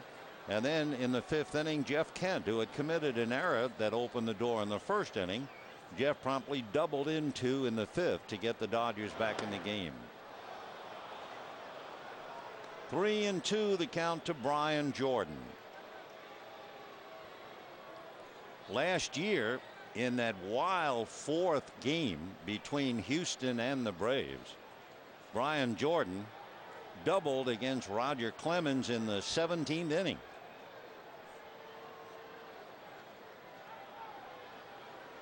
Houston beat the Braves 3-1. 3-2 to Jordan, 2 down, bases empty in the 6th. 8-5 Atlanta. And he walked him. So Brian Jordan draws the walk. And the batter will be the leadoff man, Marcus Giles. Second baseman, Marcus Giles. Marcus Giles, single to center, single to left, and sacrifice. 2 for 2.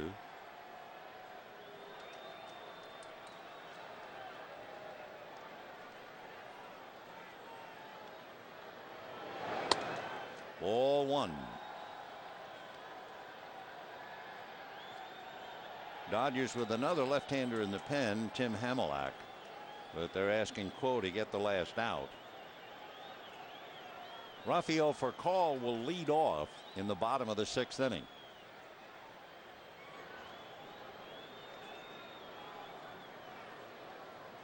Brian Jordan stole 2 bases for Atlanta last year. In his heyday, he stole as many as 24, and no doubt terrified a lot of second basemen and shortstop in the process. Almost an overthrow. Jordan is 6'1" and a very hard 225. 1 ball and no strikes to Marcus Giles.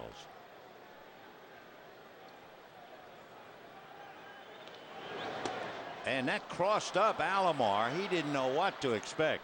So that was a lack of communication. And Alomar going out to Quo saying, wait a minute, we had best get on the same page. Watch Alomar, startled, didn't know what to do, took a swipe at the ball. Otherwise, he would have been hit by it.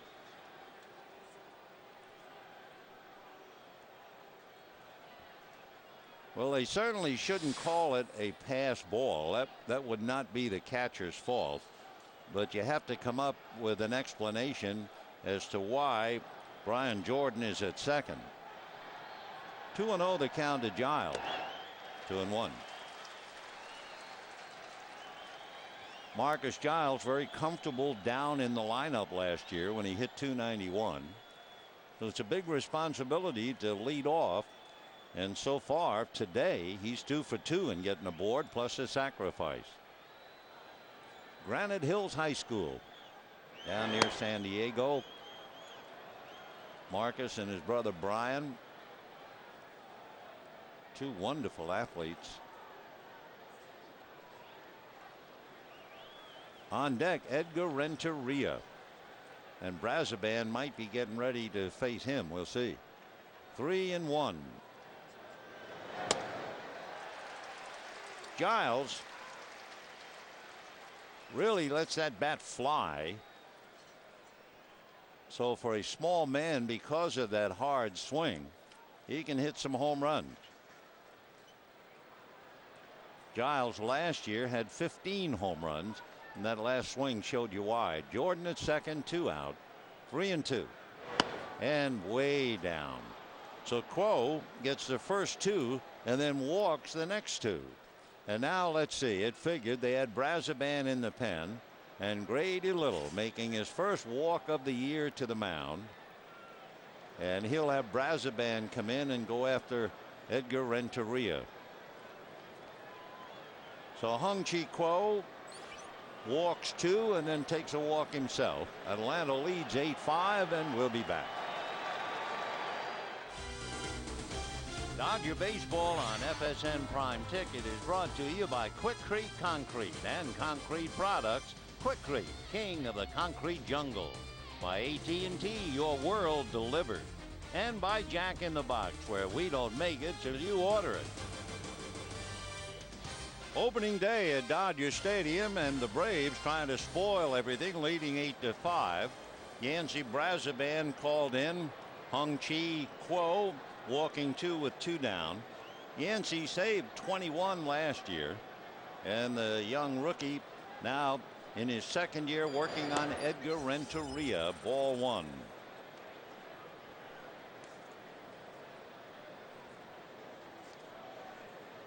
Brazoban facing Renteria only once last year. Edgar was 0 for 1, so there's nothing to be learned from that.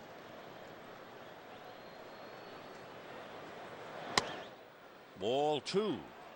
Renteria lined out on a great play by Bill Miller in the first inning. Struck out in the second, but single left in the fifth. The beginning of the end for Derek Lowe. 2-0. And a high fly ball to right center, and Repko on his horse reaches up, can't make the play. That's going to mean 2 runs.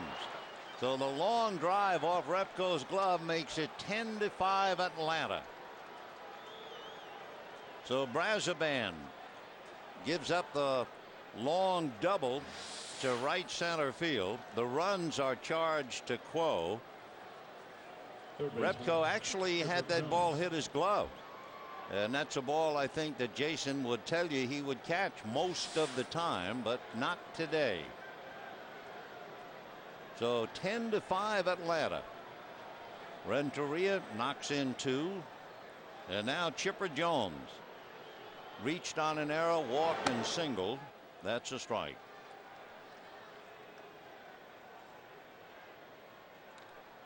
So that's a key hit by Renteria to take some heat off the Atlanta bullpen.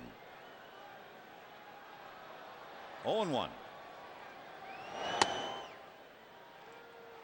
Brazoban had a tender shoulder during spring training, though the Dodgers were very careful with him, but they feel he's able to pitch now. But Renteria jumped all over him.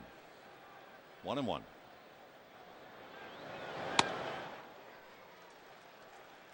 Chipper trying to lift that thing. 1-2 the count. We mentioned it at the start of the game.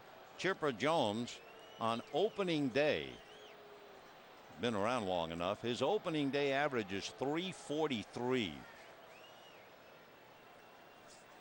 He might not like the idea of opening up on the West Coast, but as usual, he's been on base 3 times before a big crowd. 1-2. 2-2.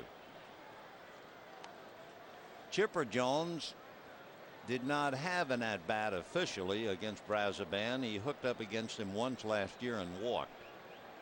2-2. So the deuces are really wild. 2 balls, 2 strikes, 2 out, 2 in, and for good measure a runner at second base.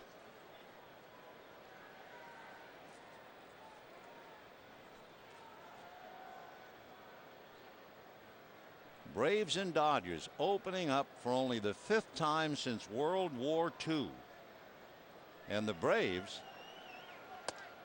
have not beaten the Dodgers in opening day in almost 60 years. Believe it or not. In April of 1946, the Boston Braves beat the Brooklyn Dodgers 5-3. High fly ball, curling foul, going way down the line, out of play. Still 3-2.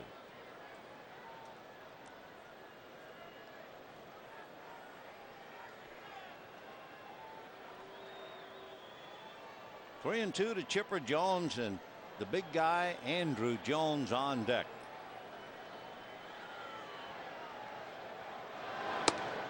And here comes Andruw.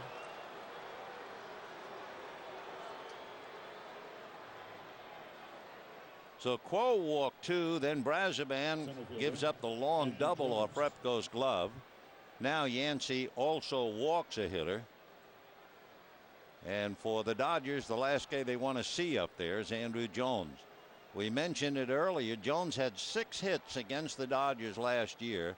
5 of the 6 hits were home runs. Well, he has 2 hits today, a single and a 3-run home run. The only time they got him out, Jose Cruz made a fine running catch in the 3rd inning. So it's the same old Andruw. 1-0 the count. Out in front. 1-1.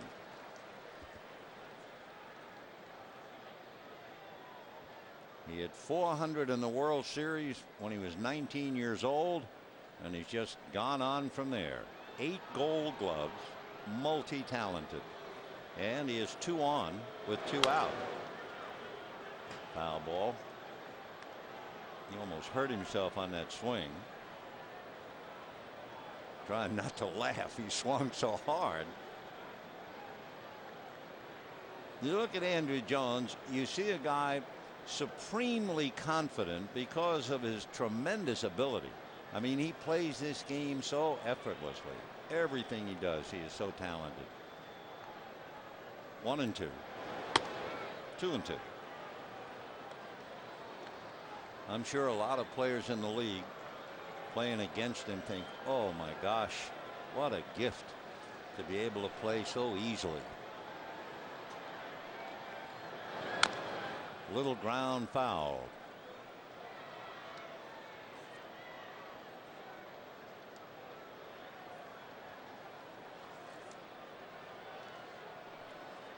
Braves with 4 in the 1st, 4 in the 5th, 2 in the 6th. The Dodgers 1 in the 3rd, 4 in the 5th. Chipper Jones at first, Edgar Renteria at second, and Andruw on an off-speed pitch strikes out, and he's still smiling. Yeah, nice to be gifted. And at the end of 5 1/2, 10-5 Atlanta. Dodger baseball on FSN Prime Ticket is brought to you by Carl's Jr. For big, juicy charbroiled burgers, the name of the game is Carl's Jr. And by your Southern California Ford dealers. See your Ford dealers today. We have reached the bottom of the 6th inning. It is 10-5 Braves. No sooner did the Dodgers think they had a look at the game, the Braves came up with a quick 2. So now for Call to start it off against left-hander Mike Remlinger. For Call reached on an error, walked and scored, singled and scored. Switch hitter, now batting right-handed. Mike Remlinger is 40 years old. He's been a pro for over 20 years, 1987. He was non-roster invitee, but he made the club. And a little bit of a gray beard. Ball 2. Literally and figuratively. Remlinger from Middletown, New York. Little snow on the chin.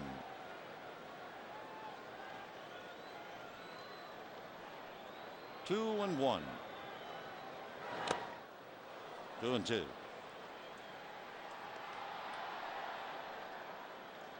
Rafael Furcal trying to get the Dodgers started again. He did it in the 5th inning and got him reasonably close. But it's back to a 5-run lead for Atlanta. And a flare to right, base hit. So Furcal has been on base all 4 times. Reached on an error, then he walked. Now he has 2 hits. For the Dodgers, hit number 9. And the batter, Jose Cruz. Look where he went. Right out there. Arms had to be fully extended to reach it, and he just poked it into right.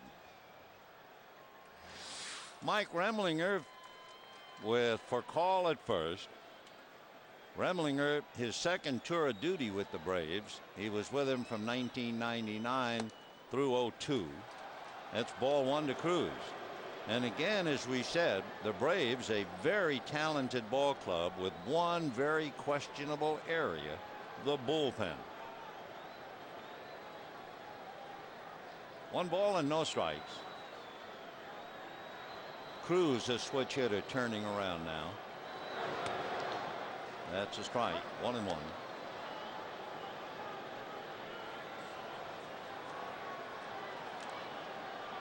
Remlinger, a workhorse for Atlanta, was in as many as 74 games a few years ago.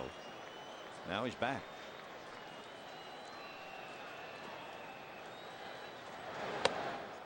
One and two.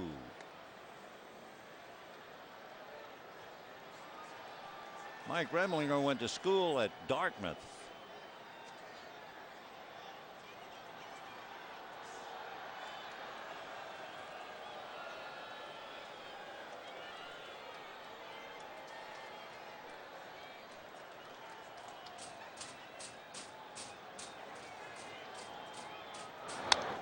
Foul back. Remlinger in his career first came up with the Giants. Then he went to the Mets, then to Cincinnati, then to Atlanta, then the Cubs, then the Red Sox, and now back with Atlanta. So in a sense, 7 different clubs.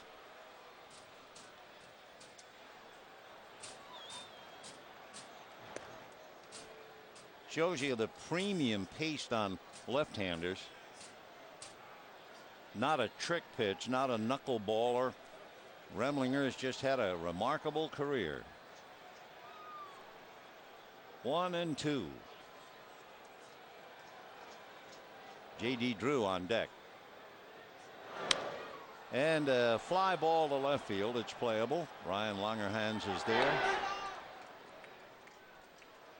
So 1 out on the fly ball, and J.D. Drew, the batter, for call holding at first. Right fielder, J.D. Drew. J.D. Drew grounded to short, hit into a force play, and then singled off Hudson's glove. That scored for call, giving him an RBI. So J.D. 1 for 3.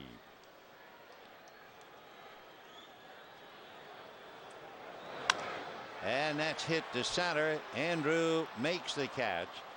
The ball left the bat almost like a knuckleball. It had a little extra ginger on it, but Andrew Jones, with 8 gold gloves, able to stay with it. 2 down. Now Bobby Cox has Oscar Villarreal throwing in the bullpen, and with Jeff Kent coming up, he does not want Kent to hit one out and get the Dodgers a little closer. So Remlinger got 2 outs. He'll give way to Villarreal, and we'll be back. It is 10-5 Braves. We have a minute to focus on another game. The St. Louis Cardinals pounded the Phillies 13-5 today. But an individual note, in the 8th inning, Jimmy Rollins hit a double. That means Jimmy Rollins has extended his hitting streak to 37 straight, a carryover from last year. Well, Rollins trying to catch Joe D, even if it takes him 2 seasons. Oscar Villarreal, he's from Nuevo Leon in Mexico. 24 years old. And ball 1. Villarreal with Arizona last year. 2-0. He was only in 11 games. Villarreal pitched for Mexico in the World Baseball Classic, but he had arm trouble last year. a rotator cuff strain. Up and down with Arizona for the last 3 years, and eventually traded with Lance Cormier for Johnny Estrada, the catcher. So Jeff Kent, 2-0, has walked, singled, and doubled. Driven in 2, committed an error, so he's been very busy all day. Look out, that hit him. So Jeff Kent is hit by the pitch. For call goes to second.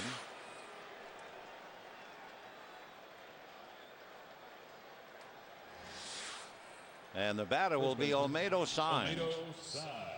For Olmedo Saenz, a professional who has been around and through it all, he has had one of those days that would just crush a rookie.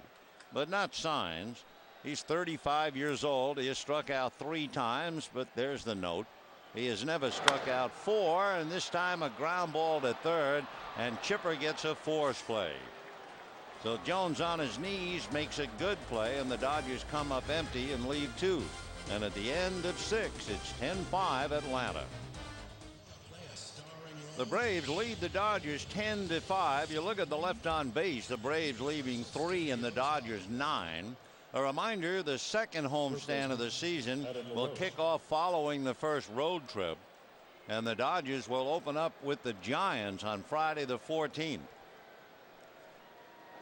Saturday at 7:10 in that series, all fans in attendance receive a Jackie Robinson night poster, compliments of the LA Times, and there's also a Sunday game at 5:10. So get your tickets for the upcoming Giants series. Visit Dodgers.com or give us a call. 1-866-DODGERS. Adam LaRoche had a big blow in the first inning, a 3-run home run. Since then, hit into a double play and grounded out, 1 for 3. You know, not to put the body at his doorstep, but you look at Olmedo Saenz at first base. Saenz was not supposed to play.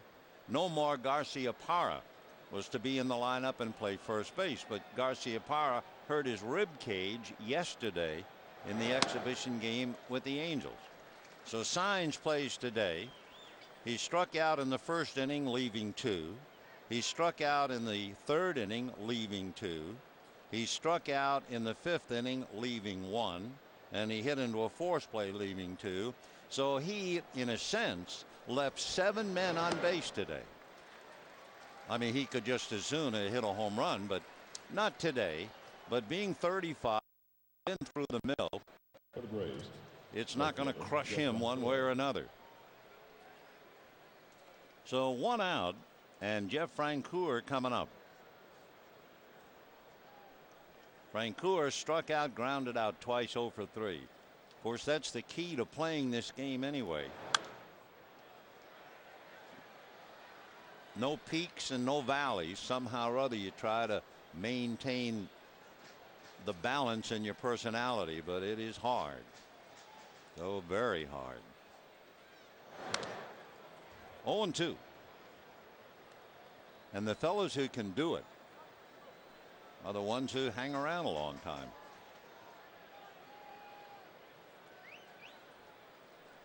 One out, 7th inning, 10-5 Atlanta.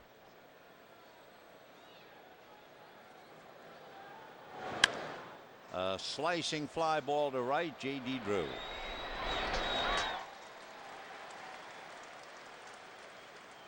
So 2 down in the 7th inning, as Brazoban trying to get Brian McCann. When the Dodgers come up in the bottom of the 7th, they have Bill Miller, Sandy Alomar, and Jason Repko. And if anybody gets on, then Brazoban's spot. Dodgers have used 1 pinch hitter, Cody Ross, so far. Ball 1. McCann grounded out, single to right, fouled out, and has done an excellent job digging pitches out of the dirt. Braves have used Hudson, Cormier, Remlinger, and Villarreal, and they're going to get a right-hander up in their bullpen now, so they're not finished yet. John Smoltz, starter, reliever, starter again.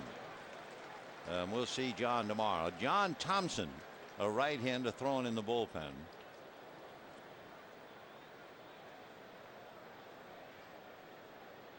One and two to Brian McCann. Hit .278 last year. Only 22 years old.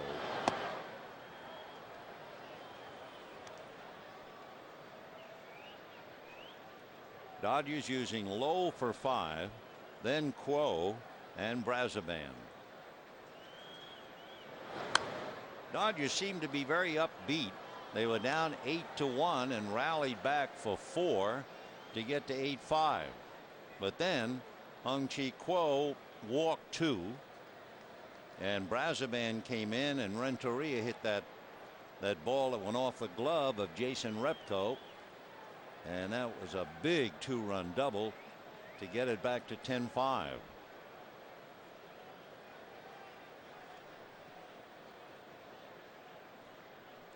Two and two.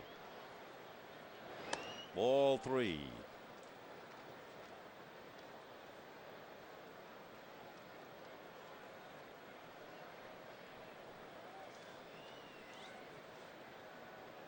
Brad Penny and John Smoltz tomorrow night. Horacio Ramirez and Odalis Perez Wednesday night. And Nomar Garciaparra. They also serve who only sit and wait.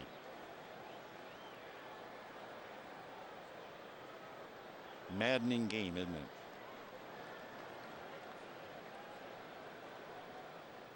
Three and two to Brian. And popped her up. Signs is calling. Okay. So the Braves go out in order, and that's kind of news. First time today, and at the end of 6.5, 10-5 Atlanta. Wednesday night, and don't forget our next homestand. That'll be a good one. Meanwhile, Bill Miller drives one into right center field, only to have Francoeur make the catch. So a long out to right, one down. Now batting, catcher Sandy. And Sandy Alomar coming up. That next homestand, the Giants, the Cubs, and Arizona. Alomar 0 for 3, grounded out, hit back to the box, just missed, hit under one, and hit a long fly ball to left in the 5th inning. Ball 1.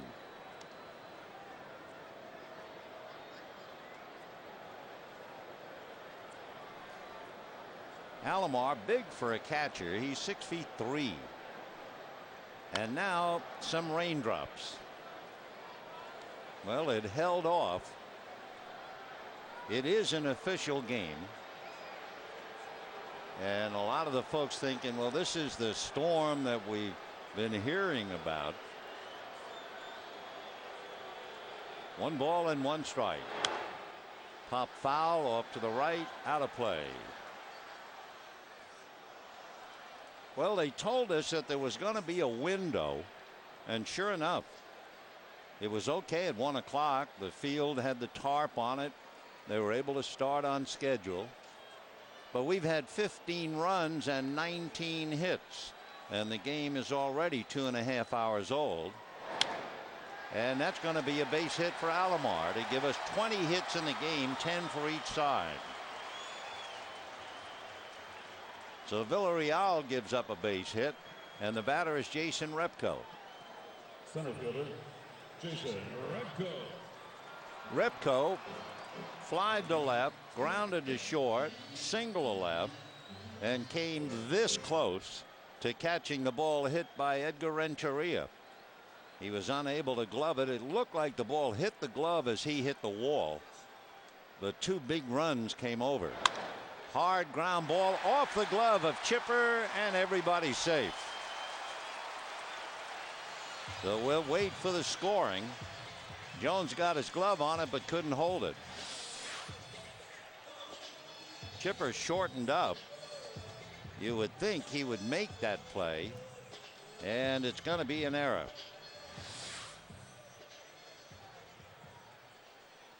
So Chipper Jones commits the error. And now Ricky Leday is going to come up and bat for Brazoban.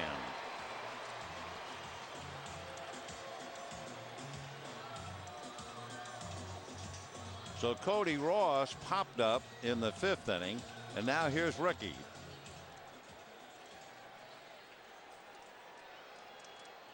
Leday last year was 1 for 2 against Villarreal. It was a home run, but this time he goes down to get a pitch and hits a fly ball to Andruw Jones. So the runners have to hold. That's the 2nd out. Repko and Alomar out there, and the leadoff man, Rafael Furcal. Boy, what a bright spot he has been today. He's been on base all 4 times, reached on an error and walked, singled to right twice, and has scored twice. 10-5 Atlanta.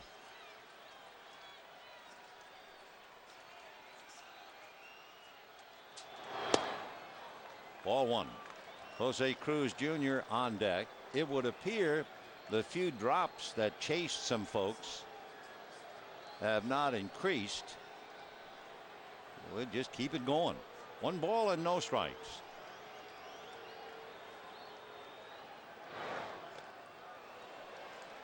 Two 2-0 the count. Tim Hudson, Lance Cormier, Mike Remlinger, and now Oscar Villarreal. The Dodgers with Derek Lowe, Hung-Chi Kuo, Yancy Brazoban.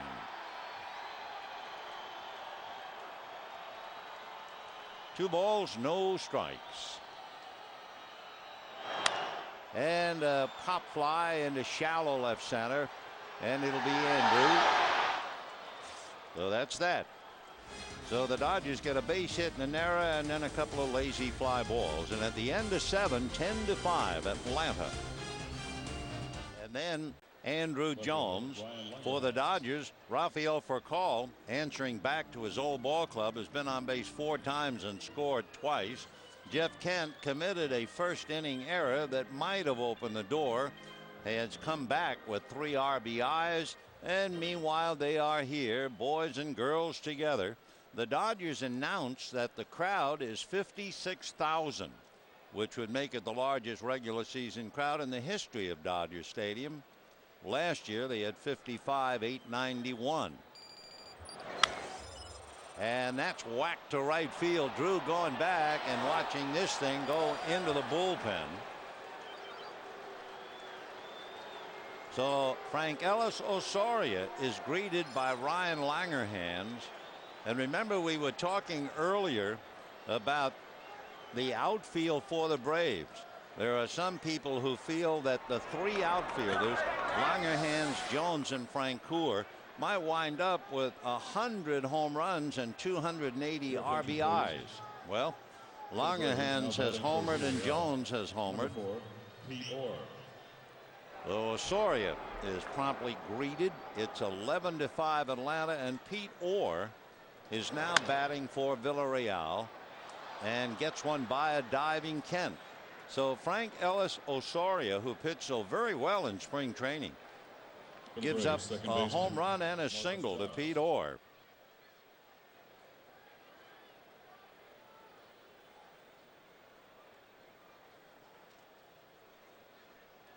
So the batter now is Marcus Giles.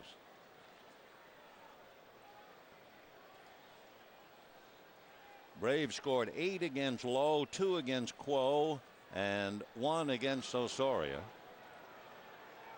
11-5 Atlanta. Foul ball. Marcus Giles singled to center. Singled in the 2nd inning. Sacrificed and walked. And he has scored twice. So he's taking Furcal's spot in the leadoff role. But big Andruw Jones singled in the 1st inning. Robbed of an extra base hit in the 3rd. Hit a 3-run home run. Ground ball to 3rd. Miller down to Kent. Back to Signs. Double play. So despite an all-out effort by Pete Orr to break it up, Jeff Kent was able to turn it. 5-4-3. Watch Orr hustling to try and get in there, and Kent still able to do it. So 2 down in the 8th inning, and here is Edgar Renteria. Robbed of a hit by Miller in the 1st inning, struck out, but then singled and doubled, and his double was the ball off the glove of Jason Repko as he crashed into the center field wall. So Renteria 2 for 4, 2 RBIs. So the Braves have 11 runs despite the fact the Dodgers have turned 3 double plays.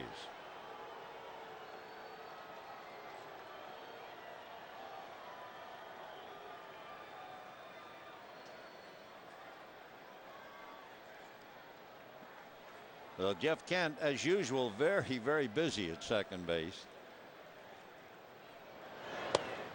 Off speed pitch for a strike to Renteria.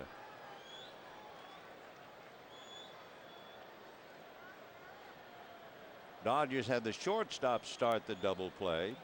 They had the first baseman start the double play, and they've had the third baseman start the double play. And that's a chopper to Miller. And that's that. So Renteria taps to third. However, the Braves come right back with a run. The home run by Langerhans, and lead 11-5. 11-5 in favor of the Atlanta Braves, with Blaine Boyer becoming the 5th Atlanta pitcher. Doug Mann points out a very interesting point, especially if you are a pitching coach. You know, the Braves have hit 3 home runs today. Adam LaRoche hit his home run in the 1st inning on a no ball 2 strike count. Ground ball, base hit for Cruz. So LaRoche hit an 0-2 pitch for a home run. Andrew Jones and Ryan Langerhans each hit the first pitch for a home run, and you can bet Rick Honeycutt will have a little chat with the pitchers about that. And also, if you were with us then, remember that first pitch that Derek Lowe made to Tim Hudson starting the 5th inning. That turned out to be a disastrous inning. So here is Drew with Cruz at first. That's a strike. Blaine Boyer facing J.D. Drew. J.D. grounded out, hit into a force play single, fly to center, 1 for 4. Boyer, 25 years old, born in Atlanta. Blaine is a big fella. He's 6'3", 215. And as you can imagine, played baseball and football. And he was a center fielder when he was in high school. 1-1. Ball 2.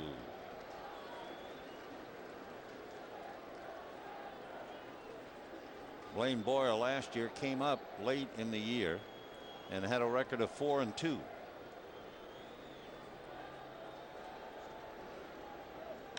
And that's a shot up the middle for a base hit. So Cruz at second and holding, and then Andrew overran the ball. And the Dodgers have second and third, and they're a charge to a Gold Glover. He has 8 Gold Gloves, but as they taught you in school, even Homer nods.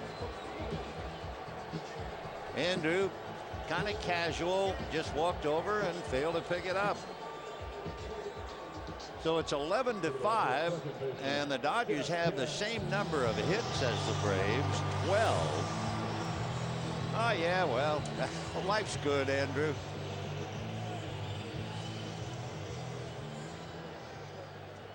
Three Atlanta errors, but the Dodgers have not been able to really take advantage of them. And here now, Jeff Kent, ball 1. So that Braves bullpen, Hudson followed by Cormier, Remlinger, Villarreal, and now Boyer. All 5 runs charged to Hudson. Change up and behind the head of Kent. So it just slipped. 2-0 the count. Olmedo Signs on deck.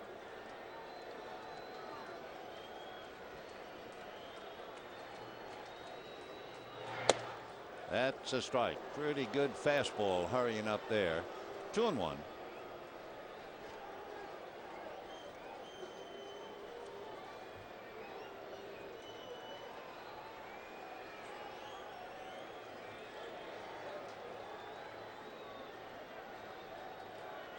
Second and third, nobody out.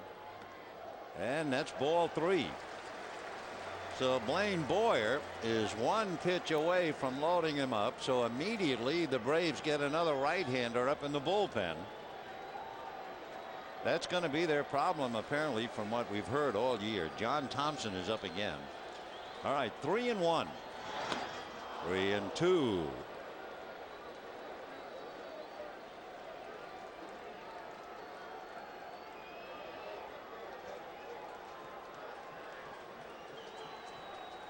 Braves 11, Dodgers 5, nobody out. Dodgers at second and third.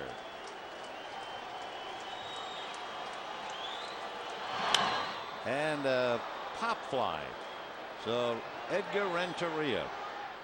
So the big butter and egg man for the Dodgers pops it up, 1 away. Missed opportunity for Jeff Kent. Big out for young Blaine Boyer. And now Olmedo Signs, who has just had a very, very tough day. We pointed out all of his problems coming up every time with men on base. And now here he is, wouldn't you know, with runners at second and third.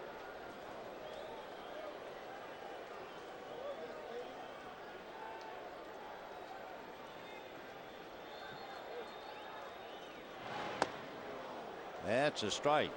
Off-speed curveball, about 70 miles an hour.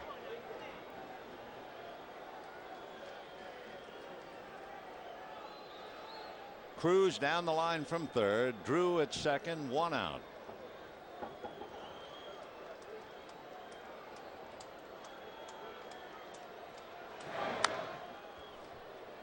Oh, and 2. And again, that curveball not thrown very hard, in the 70s, maybe 72 miles an hour, and Signs tried to hit it inside out and barely had a good swing. 0 and 2. Remember, Boyer went 3 and 1 on Kent. He was one pitch away from loading him up, and then he got him to pop it up. 3 and 2. Fastball hit foul. So you get 2 70-mile-an-hour curveballs, and 0 and 2 you get a 91-mile-an-hour fastball, and he turned and hit it hard but foul.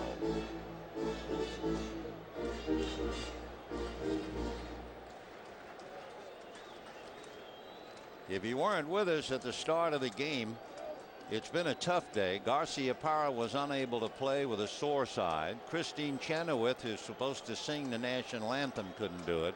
And the umpires coming to the ballpark had a flat tire. 1 and 2. So all in all, with that to precede the game, the Braves are winning 11-5, and Garciaparra can only hope that that sore side will allow him to play very soon. 1 and 2 the count to Olmedo Signs. Fastball away. 2 and 2. Cruz at third. Drew at second. 1 out. 11-5 Atlanta. After this series, the Dodgers go east to Philadelphia and Pittsburgh, where it figures to be very cool and damp.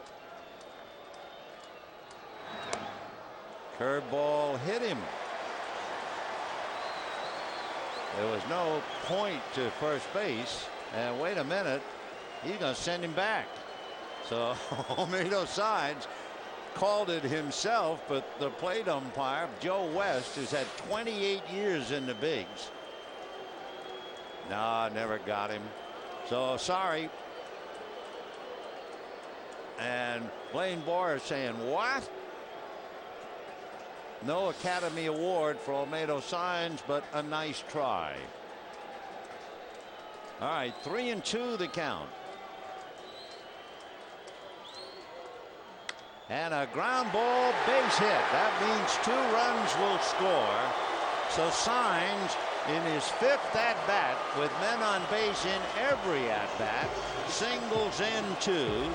That makes it 11-7 Atlanta, and the batter will be Bill Miller. So now he's glad he didn't con the umpires into reaching first, hit by a pitch. Instead, he just stroked it up the middle. So that's 3 hits charged to Blaine Boyer. And the batter will be Bill Miller. So everybody in the starting lineup for the Dodgers has at least 1 hit. And Miller flares one to right. That's going to be a base hit. Stopping at second is Signs. And Sandy Alomar will be coming up. So Furcal has 2 hits and a walk. Cruz has a couple of hits. Drew has 2 hits. Kent has 2 hits.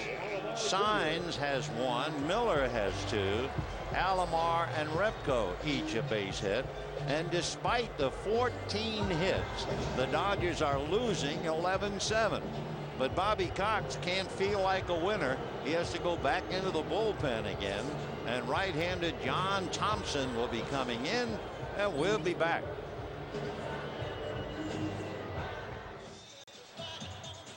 Well, going into the ball game, you thought sinker ball pitchers, a lot of ground balls in a closely contested game with Derek Lowe and Tim Hudson.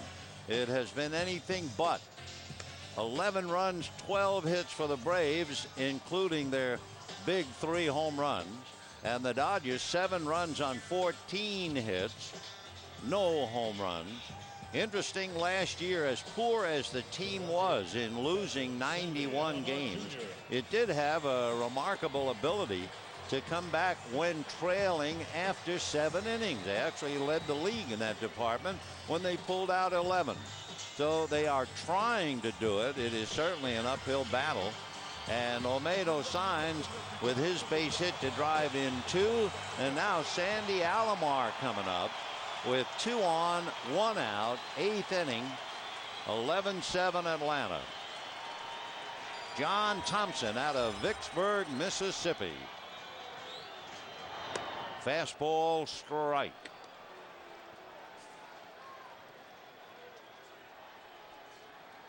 Thompson last year allowed 6 home runs, if you're thinking about that, in 98 innings. Signs and Miller out on the lines. 0-1 to Alomar. Fouled away, so he's in a hole. 0-2.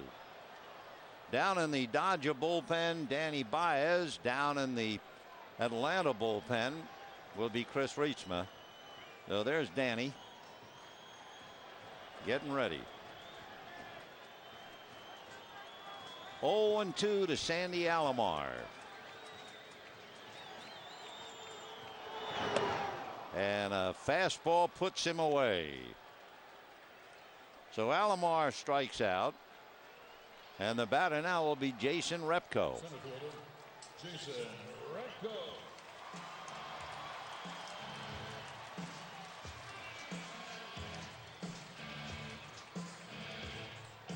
Jason Repko flied to left and grounded out. Single to left and reached on the error by Chipper Jones.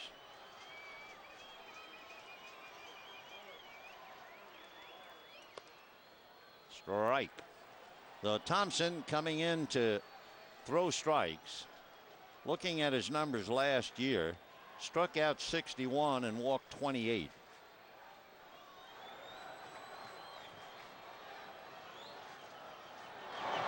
And that's going to be whacked to left field down the line and going in the corner. In comes Signs. They will hold Miller at third. Believe it or not, it's now 11-8 Atlanta, and the Dodgers have runners at second and third. What a game. What an opening act.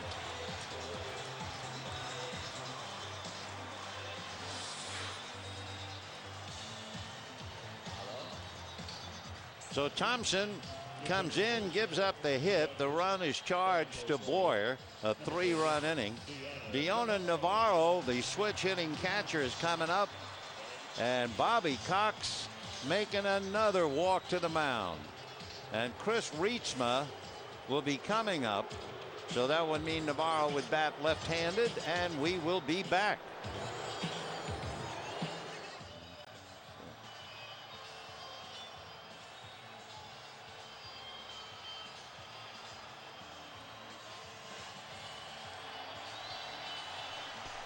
(11-8) in favor of Atlanta, and if we said one thing right today, it was early in the game when we said the #1 weak spot for the Atlanta Braves is their bullpen. We can also say, when you talk to the Braves and say who's going to be your closer, to a man they will say this fella, Chris Reitsma. He's a big guy, looks like a closer, 6'5", 235, out of Minneapolis, trying to restore order. And Dionan Navarro hitting left-handed at the plate.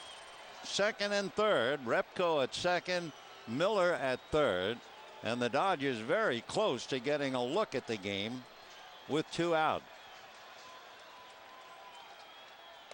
Ball 1. So Dionan Navarro up there in a big spot, did very well last year. Facing Chris Reitsma, who was 3-6 and saved 15 last year.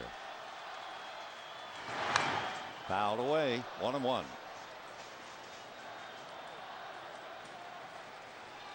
In the postseason last year, Chris Reitsma against Houston appeared in all 4 games. But he was pushed around. He allowed 6 earned runs in 3 innings. 1-1. 1-2.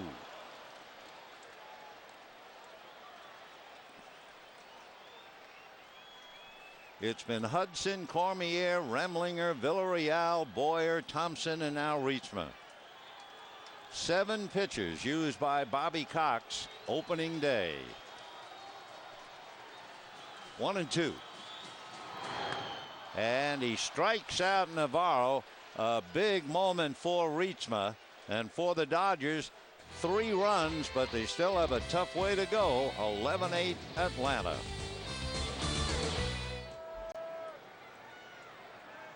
Braves trying to hold on to what is now an 11-8 lead, and Chipper Jones will be the first man to face Danny Baez. And pops it up. It'll be on the left side, Bill Miller. So Chipper pops it up. He settles for 1 hit. And the batter will be Andrew Jones. Say, don't forget, the Dodger Coca-Cola Family Pack is back. Family packs include 4 tickets, 4 Dodger dogs, 4 Cokes for $52. That's a savings of $44. The family pack available at select Sunday and Wednesday home games all season long. Visit Dodgers.com or call 866-DODGERS for tickets. Andrew has singled and hit a 3-run home run. Ball 1. Danny Baez, one of the newcomers to the Dodgers, certainly Andrew Jones, been here before. Danny was born in Cuba. His first name Danys, and his second name Baez, Baez. He's 28 years old. He'll be 29 in September. Last year he had 41 saves with Tampa, 30 the year before, 25 the year before with Cleveland. So Danny Baez figures to have a prominent role as the Dodgers await Eric Gagne. And until then, they feel that they have a good backup man in Baez. That's a strike, 3-1. Andrew 2 for 4. 4 RBIs. Fouled away. When the Dodgers come up in the bottom of the 9th inning, they are due to send up Rafael Furcal, Jose Cruz, and J.D. Drew. And if anybody gets on, Jeff Kent.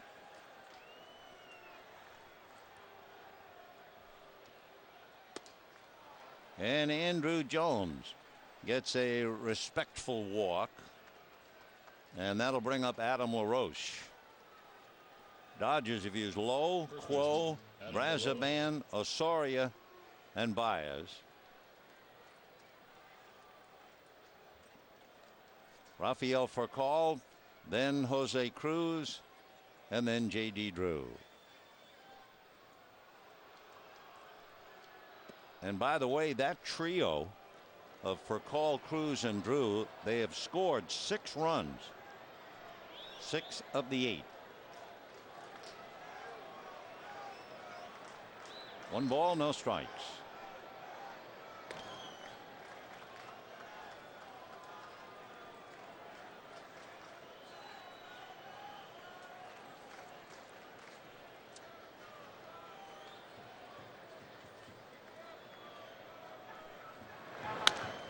And a high fly ball to center to Repko. So 2 down. Andrew Jones at first. A few years ago, when he first came to Atlanta, he stole a lot of bases, over 20 for 4 straight years. But last year he stole only 5. Well, with 51 home runs, 128 RBIs, he didn't hang around first very long. So 2 out. They have to watch him. And here's Francoeur. Jeff Francoeur struck out, grounded out twice, flied to right. He's 0 for 4.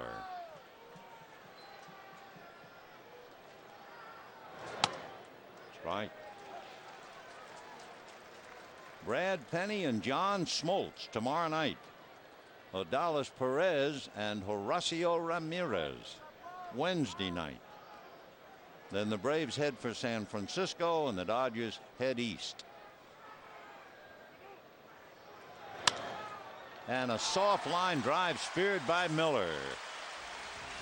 All right. It has been a wild one. Hard hats and seat belts required. Bottom of the 9th, 11-8 Atlanta.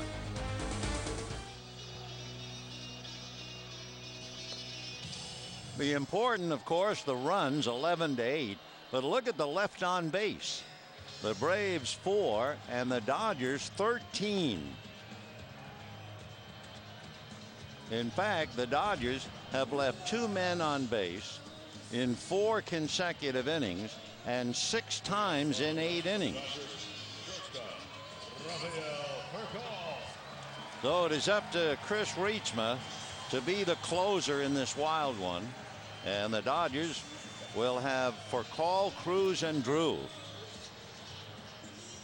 Rafael Furcal reached on an error, walked, singled twice, and flied to center.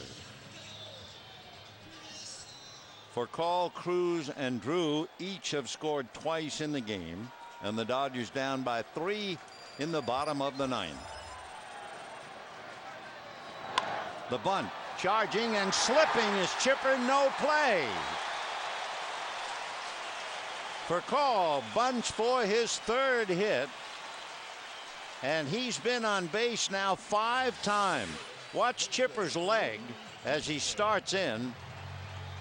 Right there, he can't cut over. So Rafael Furcal, a bunt single. What a day for him. Leadoff man with 3 hits, a walk, and reaches on error 5 times. So now here's Cruz.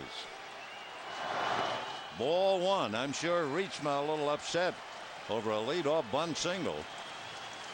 So with all the scrambling, J.D. Drew is a potential tying run in the on-deck circle. Now, leading by 3, Adam LaRoche gets off the bag and he hollers to Reitsma, "I'm not going to hold for call." So he's back of him.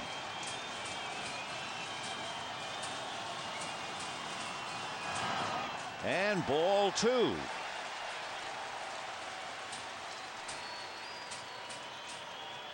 This is the kind of a game for Atlanta that Leo Mazzoni would still be rocking, and he's in Baltimore.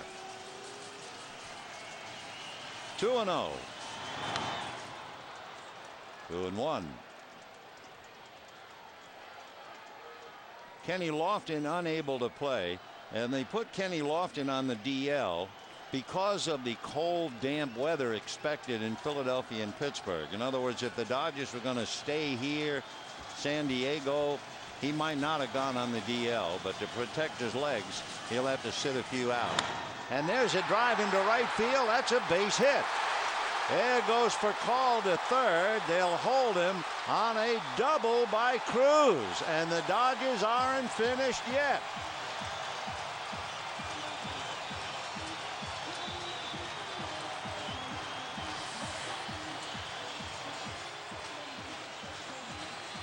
Second and third, nobody out. 11-8 Braves. A nice pick in right field by Francoeur, and a little cheering from Kenny Lofton in the dugout. And this crowd is really into it, and well, they should be. J.D. Drew, and here he is at the plate. The Dodgers have 17 hits, and they're losing because they've left 13 men on base. Off speed, ball one. Well, let's see. You might be interested in Reitsma and Drew.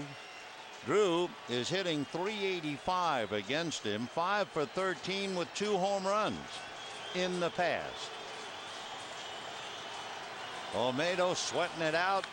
Ground ball to the right side. That gets a run in, but it gives up an out with Cruz taking third. So now it's 11-9 Atlanta. So Rafael Furcal scores for the third time. Cruz takes third. The run charged to Reitsma. And the batter is Jeff Kent, who now represents the tying run at the plate, believe it or not, in a game that saw the Dodgers trail 8-1. And Olmedo signs on deck. Let's look up Reitsma and Kent. Jeff Kent is just 1 for 10 against Reitsma. Cruz down the line from third. And by the way, last year, Reitsma had 2 wild pitches in 73 innings. Throw that in the mix. What an opening act. 11-9 Atlanta. 29 hits. A strike. Slow breaking ball, 0-1. Jeff Kent today has walked, single, doubled, hit by a pitch, and popped up. Down the line from third is Cruz. Andrew Jones trying to run anything down. Ground ball to short. Renteria to first. Cruz scores. But the Dodgers giving up another expensive out. So it is Braves 11, Dodgers 10. 2 out, bottom of the ninth, and here's Olmedo signs.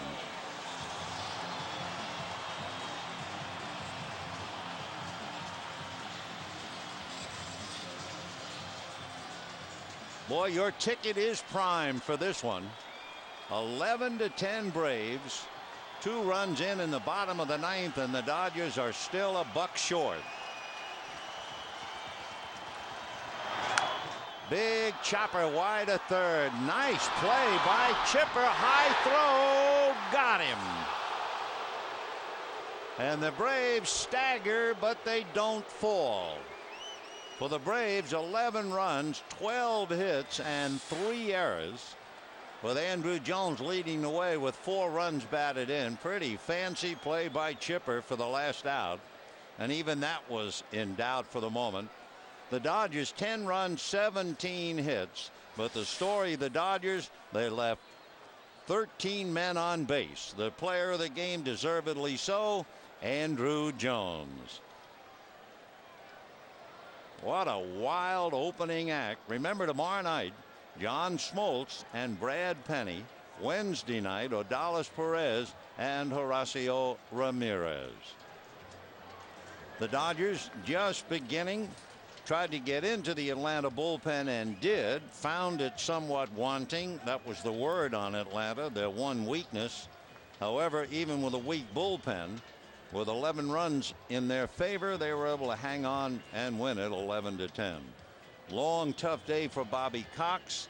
A longer and tougher day as things would turn out for Grady Little. And this game is underway, following the pattern of last year, where the Braves won 2 out of 3 here and the Dodgers won 2 out of 3 there. Once again, the final score, Braves 11, Dodgers 10.